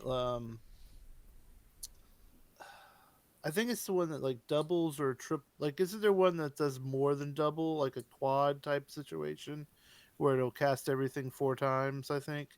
I mean, you've described that in the past with the Knights of the Round you can't skip it thing. Yeah. So I assume that's a materia based thing. It's been a long time since I've played the original Final Fantasy. I haven't gotten any really crazy ass materia in Rebirth, though I did get one that I haven't had the balls to equip yet because it feels like it's just not going to work, but it swaps your hit points and your magic points. And so you can equip this materia and say you go from 79 magic points and 4,000 hit points to 4,000 magic points, but 79 hit points. And it doesn't seem like there's any way to achieve, to win a battle in that situation. I don't understand why they included this crazy ass materia. You never get into a battle where you don't get hit for hundreds of points of damage. So it's one of the silliest things I've seen. Maybe you don't suck. I mean, yeah, exactly. Yeah, I was if you're gonna say, it sounds really like a good, skill issue. yeah, yeah. I would love to find the battle that takes place against a character that does like 1 hit point of damage at a time, but also requires 4,000 spells to defeat. That sounds like a really great side quest. But that's probably not in the original Final Fantasy VII. I don't know why I'm talking about Rebirth. We're talking about the original. Yeah, Jesse, who's your favorite character in the original Final Fantasy VII? Not Rebirth or in any of the remakes. Who's your boy or your girl? Who's your people? What's your party? My party would probably be like Cloud, Sid, and either Tifa or Vincent, knowing me. Yeah. Word. Vincent seems really cool. I bought that fucking game he was in, beat it. It was terrible. The PS2 one, the Dirge of Cerberus? Yeah. Was it terrible? Because it looks sick as fuck. I would say it's average, maybe. Is it the Shadow the Hedgehog of the Final Fantasy VII franchise? I don't Is know. Vincent the Shadow the Hedgehog of the Final Fantasy VII franchise? I'm asking. I've barely interacted with this guy. I don't think he is. Okay. Because he was invented first, for one. He's more of like a vampire boy, you know? Right. Is Shadow the Hedgehog a vampire? Johnny, help me out. Yes. He, in fact, is. Oh, okay. You know, I honestly was asking. As long as there's no further follow-up questions. Does he have any vampiric qualities? Yes. He has chaos control, for one, which is a classic vampire trope. Very much so, yeah. You know, once you invite the vampire into your house, they cast chaos control. That's my favorite part of Lost Boys. I mean, I guess, you know, if a vampire glamours you, it is some form of chaos control. But yeah, I don't know. Look into my eyes. Wait, is there not? Is the Bat girl in Sonic Adventure games? Is she a vampire or is she a bat? They're all vampires, actually. I think she's just a bat. They're all emotional vampires. Oh man, I just realized I was like, wait, why am I talking about Shadow? I think there is a sexy vampire in those Sonic games, just like in Final Fantasy VII. His name's Sonic. No, I David, think here's your choice: Smash or Pass, Vincent and Rouge. Okay, am I selecting Smash or Pass for both of them, or am I smashing one and passing the other? You have to assign a Smash and assign a Pass. Oh, well, Smash Rouge. That goes without saying. I mean, but Vincent's right there, man. David wants the fucking animal. I know what I said, Jesse. Thank you. Right. Yep. Yeah. This is why we're God, here. could you imagine if we walked in on David trying to fuck a bat? I mean, if it was like a human-sized bat with like boobs and a vagina, then like I would, you know, yeah. Yeah, Dave didn't say I want to fuck a bat. He wants to fuck that specic bat. Wants which to fuck has Rouge the boobs bat. and- yeah, like it's Exactly. It's a pretty sexy It's bat. just stacked, man. You know. I assume you'd be just as mortified if you walked in and found me trying to fuck a vampire. Like, You look at those come hither eyes and tell me nothing's going on. yeah, same with Vincent.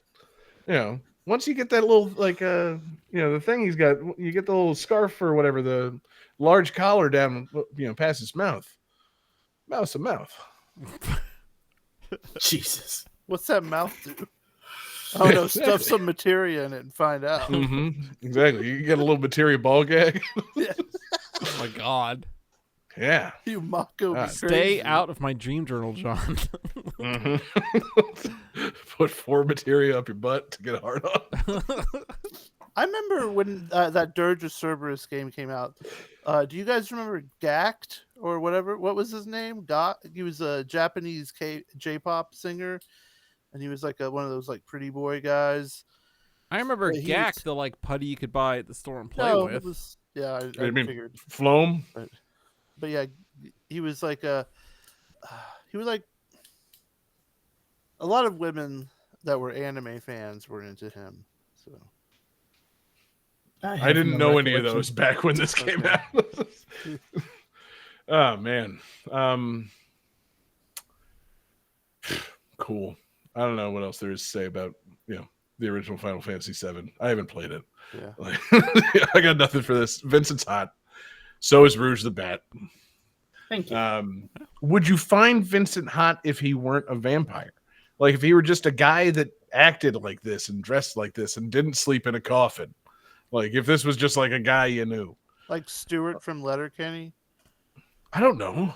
If I met a guy who dressed like a vampire and acted like a vampire, but was in fact not a vampire, I would say that makes him way less attractive. Yeah, exactly. Yeah. Oh, jeez. Yeah. I mean, that's the type of people I hung out in junior high with. So I mean, It's you're true. Yeah, basically we all saying, knew like, some theater dorks. you're basically saying, like, would you be attracted to somebody who tries way too hard? Yeah, like the most try-hard goth kid you knew in high school. Were you attracted to them? yes, Yeah, I was too. Yeah. there was a couple of those. Ah, shit, you're right. Fish stats, what? Yep. Wow. I'll listen to Kitty. I don't give a fuck. Yeah. Man, God, I would do anything for a man or a woman dressed like Vincent. God, what am I saying? Yeah. Man, what a time it was. Final Fantasy VII, though, a blind spot for me. No idea how to discuss this game. But Jesse, if there's nothing else on that, Yeah, let's go. I think it's time to close with my game, which just happens to be a VGM threesome. VGN threesome. VGN threesome. VGN threesome.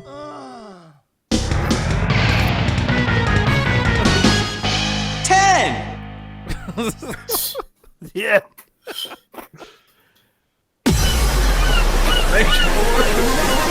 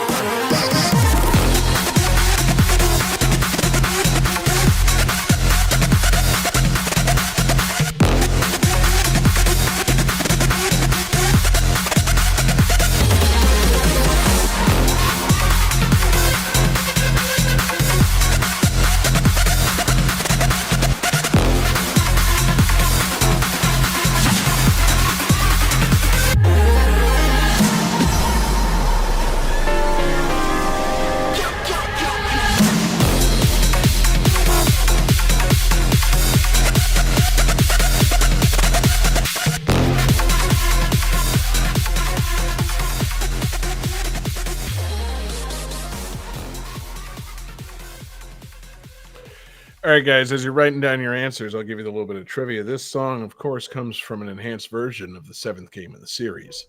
And the director of the game has admitted that the beach area in this game is actually a evolution or a remixing of 2 previous beach areas from the previous games.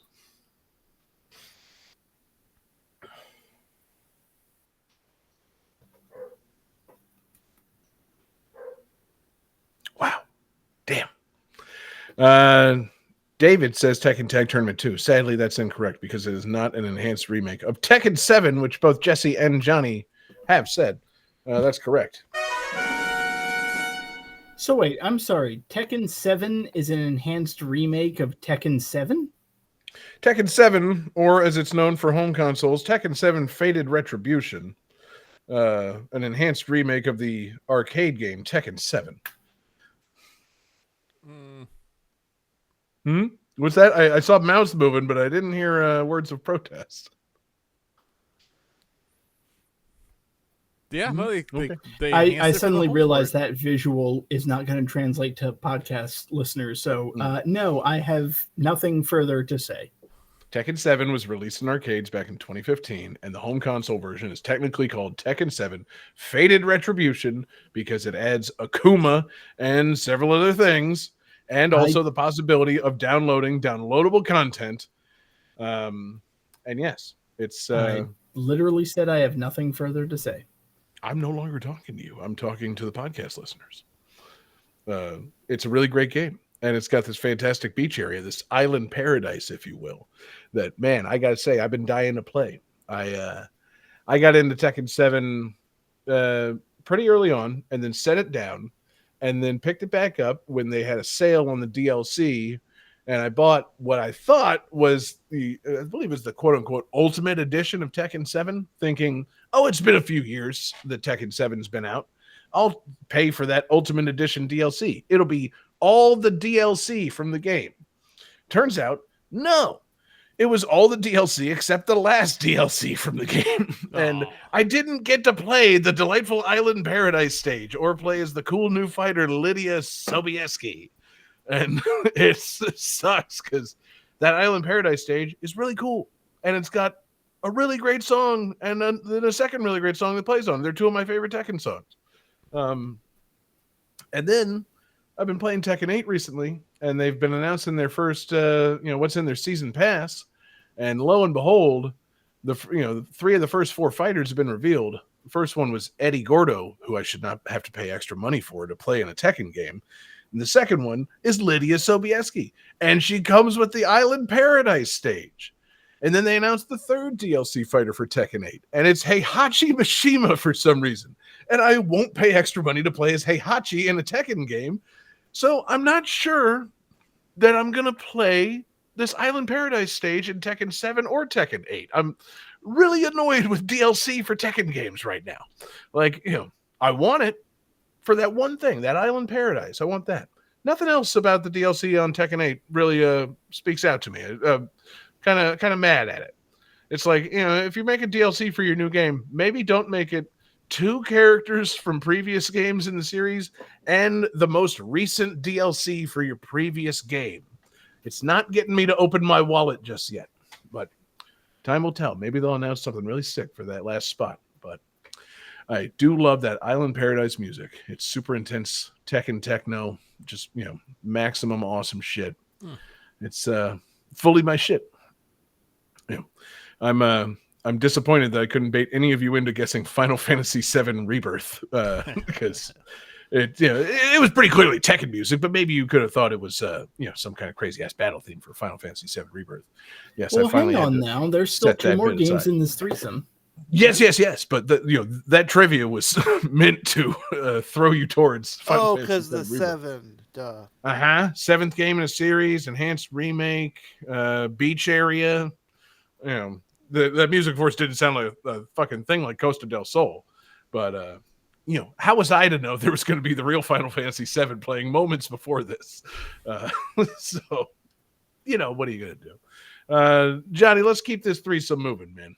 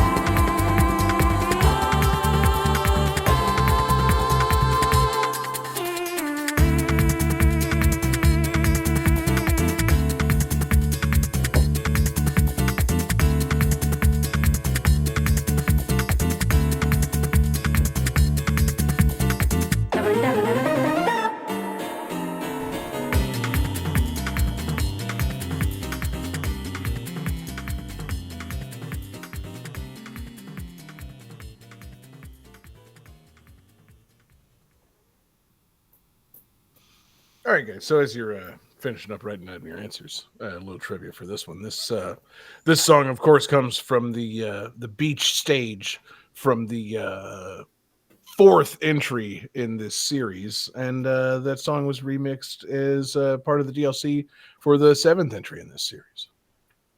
All right. I'd What slightly could it change be? my answer. Yes.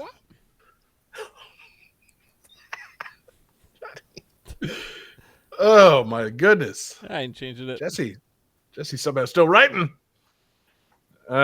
Jesse says Tekken 7, sadly incorrect. Johnny says Tekken 5 Rebirth, sadly not changing anything based on the trivia. And David says Tekken 4, which is correct. Yes. Tekken 4. That's, of course, the beach stage from Tekken 4. I don't know if you guys ever been to the beach. Reminds me of summertime. You know, used to go to the beach a lot. Oh, I see. Okay. I've never Yeah. been to Chicago. Right. Got to watch out for those shark attacks, man. It's wild up there. Fucking crazy at Chicago Beach. You know, Getting that I like K-pop. I like a good beach stage. You know, a beach stage in a fighting game. It's kind of my shit. You know, like especially in like Tekken, especially Tekken 4, like early 2000s. You know, kind of still early in the 3D fighting thing.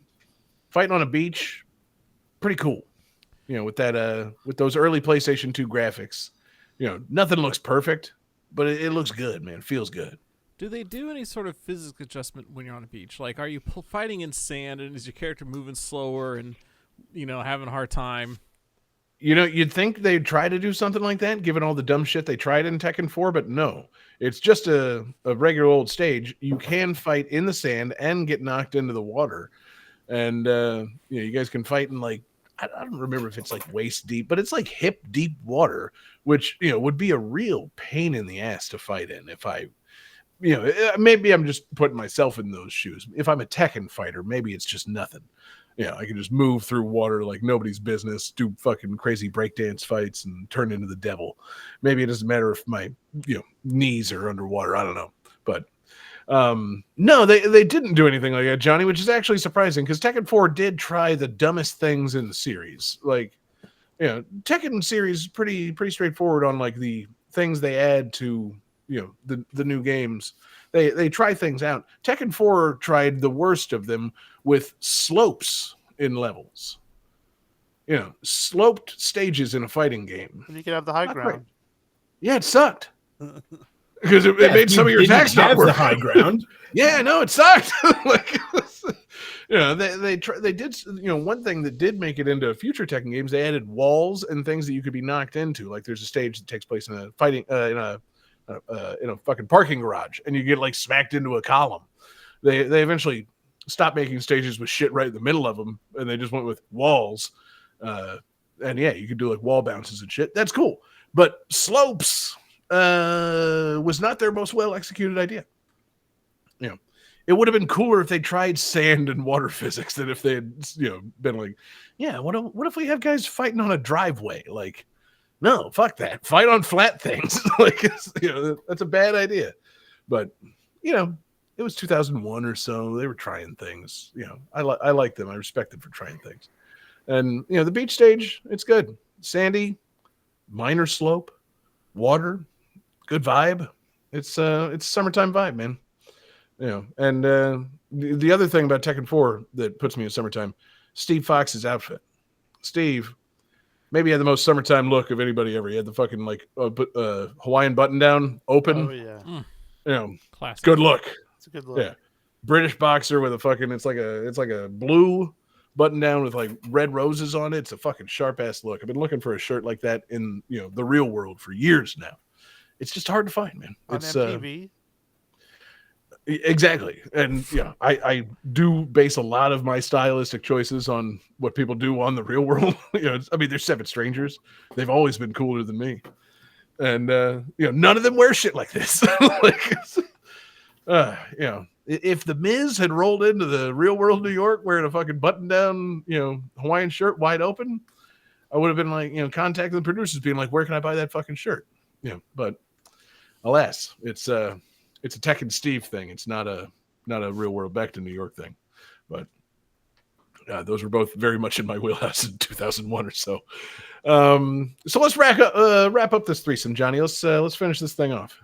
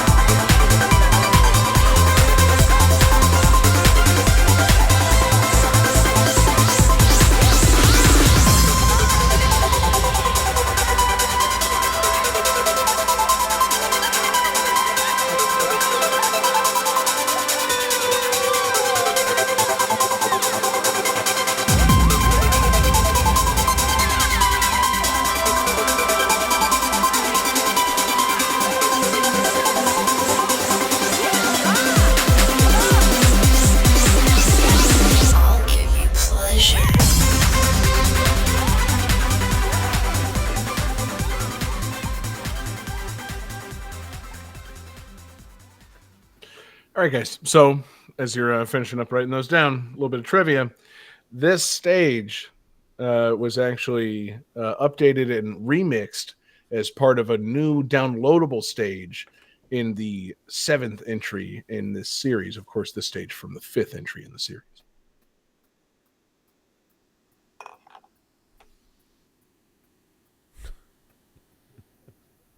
Very good, Johnny. Very good. He's learning. Yes. This is all going according to plan. Johnny says Final Fantasy VII Rebirth. He's correct. Jesse says Tekken 7. He's incorrect. And David says Tekken 5. He is correct. Wait, did you say that Johnny and I were both correct? Yes, I did. Explain. I'll take it. Yeah, no, I just feel like throwing Johnny a point because why not? Oh, okay. He's not in striking distance, and I've been doing the Final Fantasy VII Rebirth thing for weeks, months now.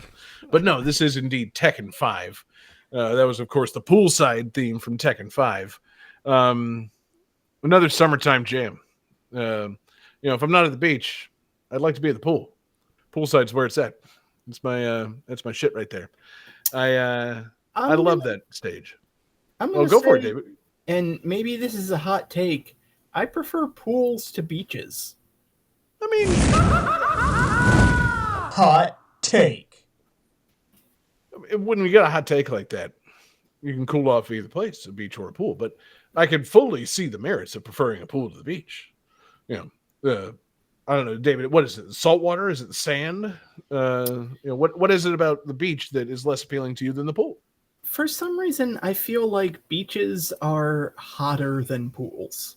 And maybe that's just me, but I feel like the sun is way more on you. You're more exposed. I don't know. I just feel like a beach is super hot and dry, and then you go into the ocean. But a pool, you're just kind of chilling, swimming. It cools you off more. it is also a lot easier to surround a pool with shade. So like a pool can be made anywhere. A beach usually is not a particularly shady place. Like, maybe if you're like swimming under a pier, um, or if you lug a bunch of shit down there and like pitch a tent or bring an umbrella, but you're always in danger of having that shit blow away on you. So yes, no, I know where you're coming from, David. Like a pool can be in my shady ass backyard. It doesn't have to be at the sunny ass beach. So yes, pools are, yes, I think better for cooling off. But there's still something about the beach. I mean, we're talking summertime here. You make some trips to the beach. But no, in general, I'm totally on your side. Pools are where it's at. They're closer by. Unless you live right at the beach, it's easier to find a pool than it is to go to the beach. But the beach is it's nature. It's outside. It's only accessible, or it's only like desirable certain parts of the year. So it's a toss up. But I fully side with you on this, David. It's not really a hot take. Johnny, take away all David's points. Well, it also okay. So it also Hang on. It also depends what kind of beach, right? Because the southern beaches in Florida, it's pretty much just beach. That's it. But up here in the Mid-Atlantic states and further north, you get a lot of boardwalk action where you get like beachside arcades, beachside French fries. Word. Yeah. Okay. No, that is the thing. Yeah. Like my beach experience is go down to the beach, throw a towel on the sand, get in the water, build a sand castle. And, I haven't done a whole lot of like, just, I don't know, shit near the beach. When I go to the beach, I go to the beach. I don't go to the boardwalk or the carnival or, the fucking Boardwalk Empire or whatever. Like scary roller coasters. Yeah. Somehow there's always a fair and it's at the beach. Like that's the sketchiest fucking thing I've ever heard. But the point I was kind of getting at is like I've never been to a pool where I can buy a bucket of French fries and play skee ball, right? Like, clearly you're not going to the right pools. You had me, or you got me with the skee ball, but like, there are plenty of resorts where you can like eat a bunch of food near a pool, Johnny. That's not really a challenge. Like, and even there's this thing called cooking out. Like you can make a lot of food near your own pool, or you make a bucket of French fries.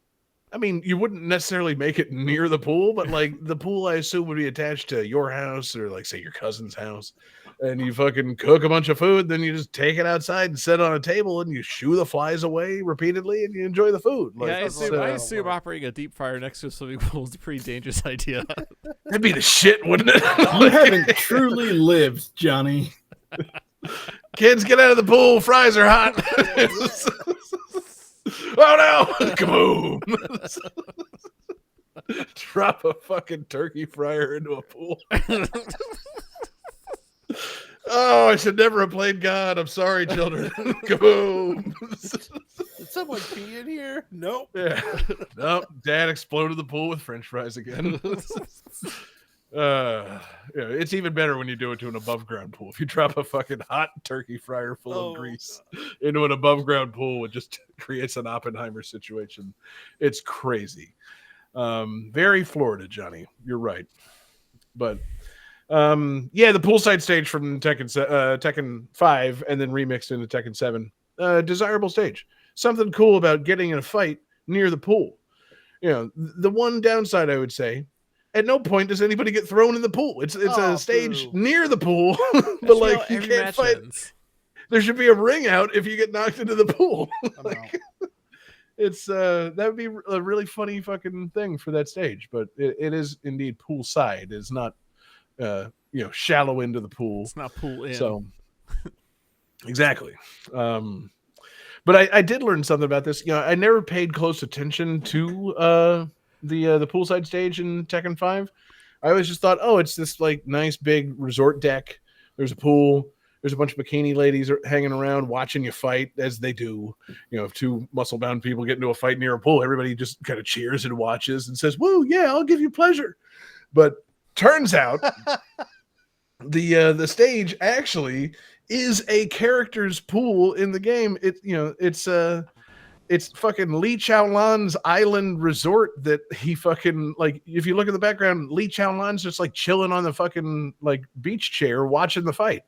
And it's like, oh, okay, this rich motherfucker, he just doesn't, he's, just completely, I don't know, not bothered by the fact that there's a Tekken fight taking place on his vacation home back patio. Like, okay, yeah, cool. That's very Tekken. I love it. What a good detail. Like, He's on vacation. The fuck does he care?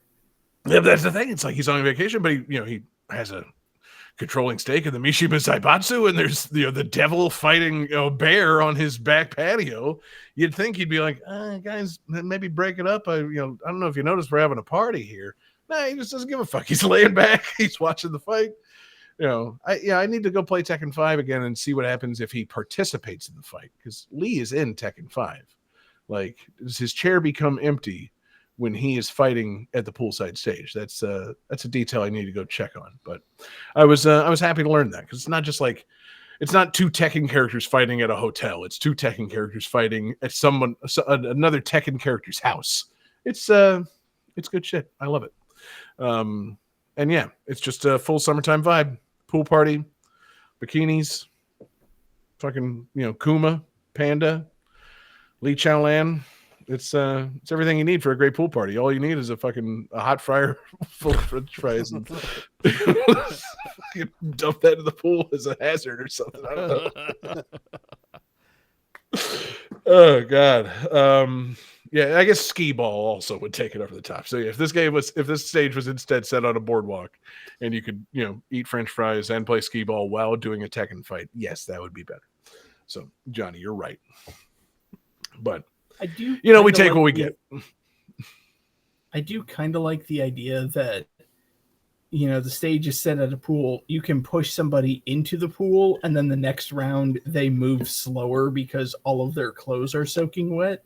Right. Or the next round they're just naked. See, now we're talking. So they didn't bring a change of clothes. Or they're playing chicken. I was gonna say, or the whole stage is it's a Tekken tag situation, but they're all playing chicken. So the stage takes place in a pool, and it's two Tekken fighters on the shoulders of two other Tekken fighters. Oh. Who are you controlling? I've totally lost the thread at this point, but I'm enjoying it immensely. So It's probably a QTE. Probably, yeah. They should add that. They should include that Tekken Bowl and fucking Tekken Ball and Tekken Chicken Fight. That should be a thing.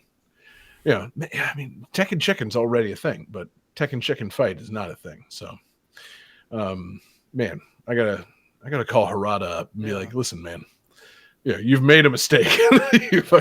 You shouldn't have added Heihachi back into the game. What you should have added was chicken fights. Fucking, God, yes. That's the DLC I want. I don't want Heihachi again. I want chicken fight stages. God, fucking Dust Star in the chat. They're playing Marco Polo for round 2. Yes, that's what I'm talking about. These fucking, we need Tekken Pool, man. It needs to be a thing. It's the possibilities are there, man. This could really be the counter punch that Tekken needs to overtake Dead or Alive Extreme Beach Volleyball. Like, they've been losing out on the beach games thing for like 2 decades now. Tekken could finally take control back of that, fighting game turned insane beach game franchise situation. Yeah, I'm wondering if Jesse would play that or not. Yeah, good. So we'll get Harada on the phone. We'll get Tekken Chicken fights going. But in the meantime, Johnny, I don't mean to spill the beans on the calculating computer, but I'm looking at the scores right now, and it looks like we have a 3-way tie with 9 points each going into the calculating computer. Are we prepared to resolve this somehow? I think I am. Let me see here. Calculating. Computer active. Calculating.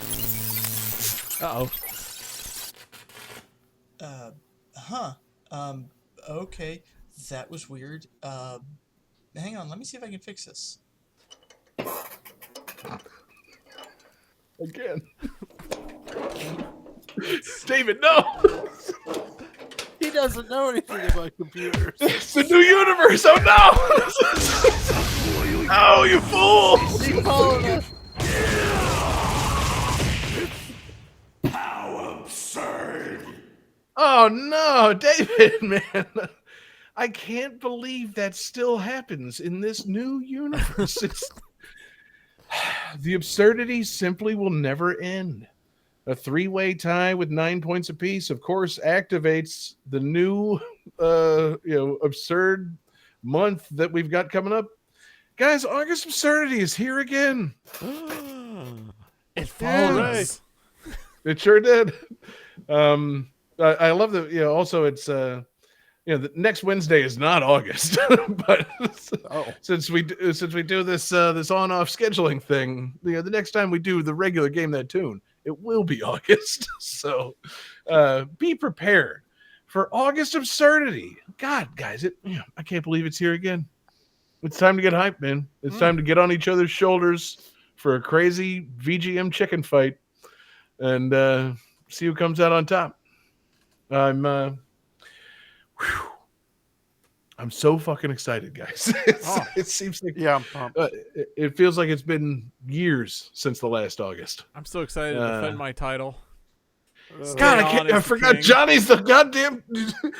So wait, Johnny, we did jump into a new universe since the last August Absurdity. Are you still technically the belt holder, or He took it with him. Yeah, I took it with me. has the title been vacated in No. this new? Okay, so this is not crowning the new inaugural August Absurdity champion. Johnny is still the champion of August Absurdity. How absurd, truly. I mean, as I recall, last year Johnny decided to become king of multiple universes, and that's what landed us in this new universe. That is shit. That is what happened, isn't it? I'm basically Galactus. I think that's how Galactus That's works. That's not at all. Good try, though, Johnny. Johnny's basically Heihachi Mishima. Based on what Johnny knows of Tekken, it's his mission to take over as many universes as possible. Well done, Johnny. So get ready to defend your championship in a head-to-head month-long competition. So once we come back for August, we're going to be doing extra shows for August because it's time to get serious, guys. It's time to determine who's the greatest, who is the most absurd, and man. So we didn't make any special sound to tip it off. It's just going to be a tip-off August Absurdity free play between the four of us head-to-head to determine the matchups for the remaining weeks. So Johnny, I don't know if you got a sound that we've been playing numerous times throughout the night to get us ready for that first August matchup. Oh yeah. Hey, fuck you.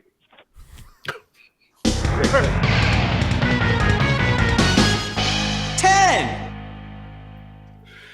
I'm gonna have to make a different version of that for August. It's gonna should it say 8 or should it say August or should next week we just do 10 games as the tip off? We each pick 10 songs.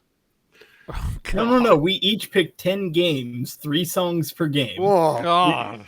We each do 10 the hard way. So we do 40 fucking 10-second rounds a game that tune, plus 10 fan requests. I think we'll come up with something as absurd as that for August Absurdity. It'll be good. It'll be very good. Whatever it is, good, bad, it will be absurd. Yes. Rest assured. Rest absurd.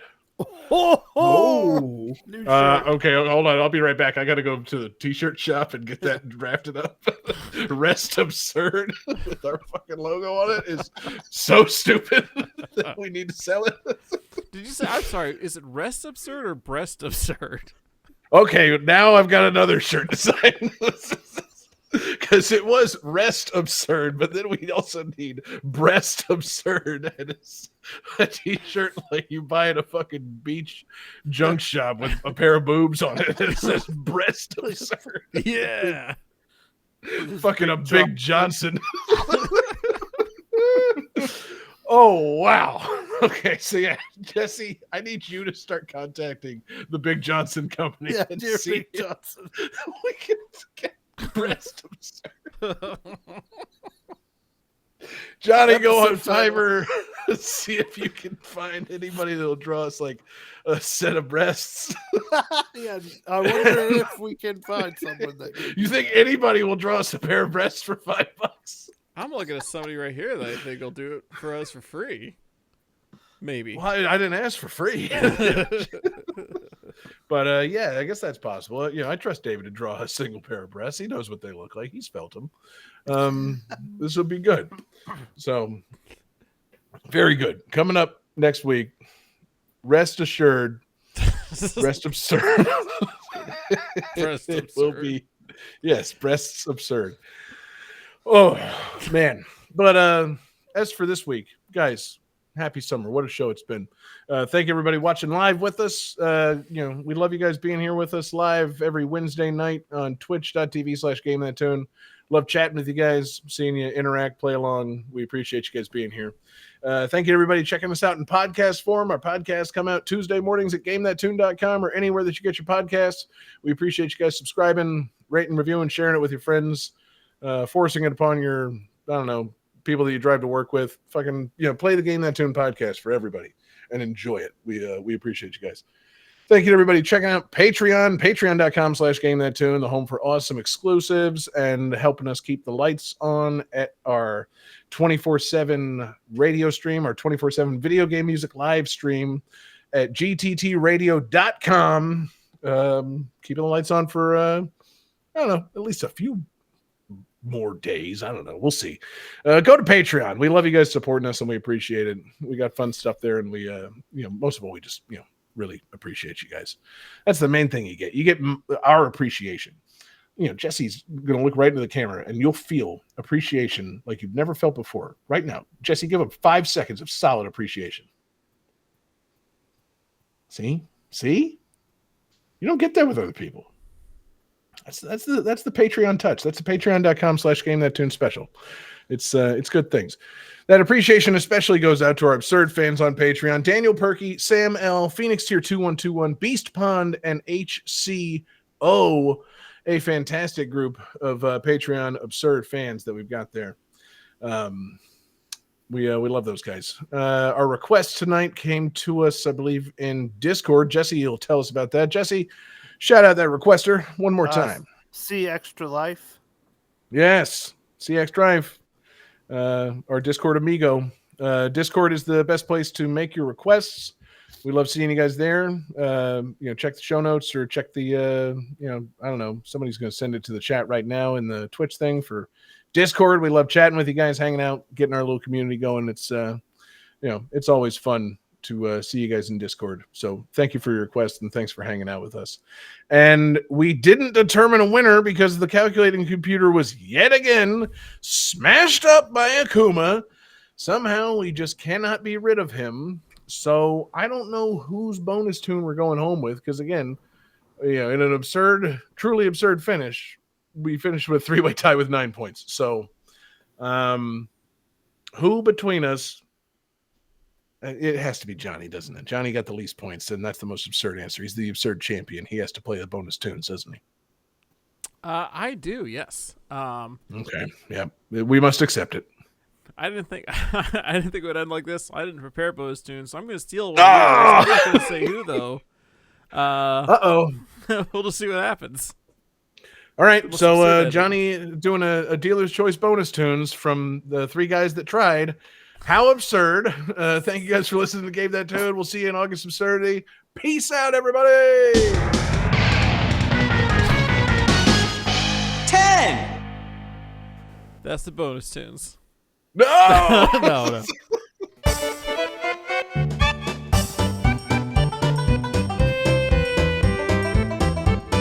How many times is this going to be the bonus tunes?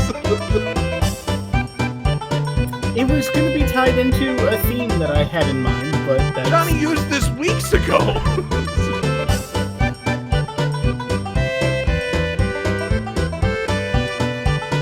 Oh, I remember. Same number of times John keeps bringing Rebirth.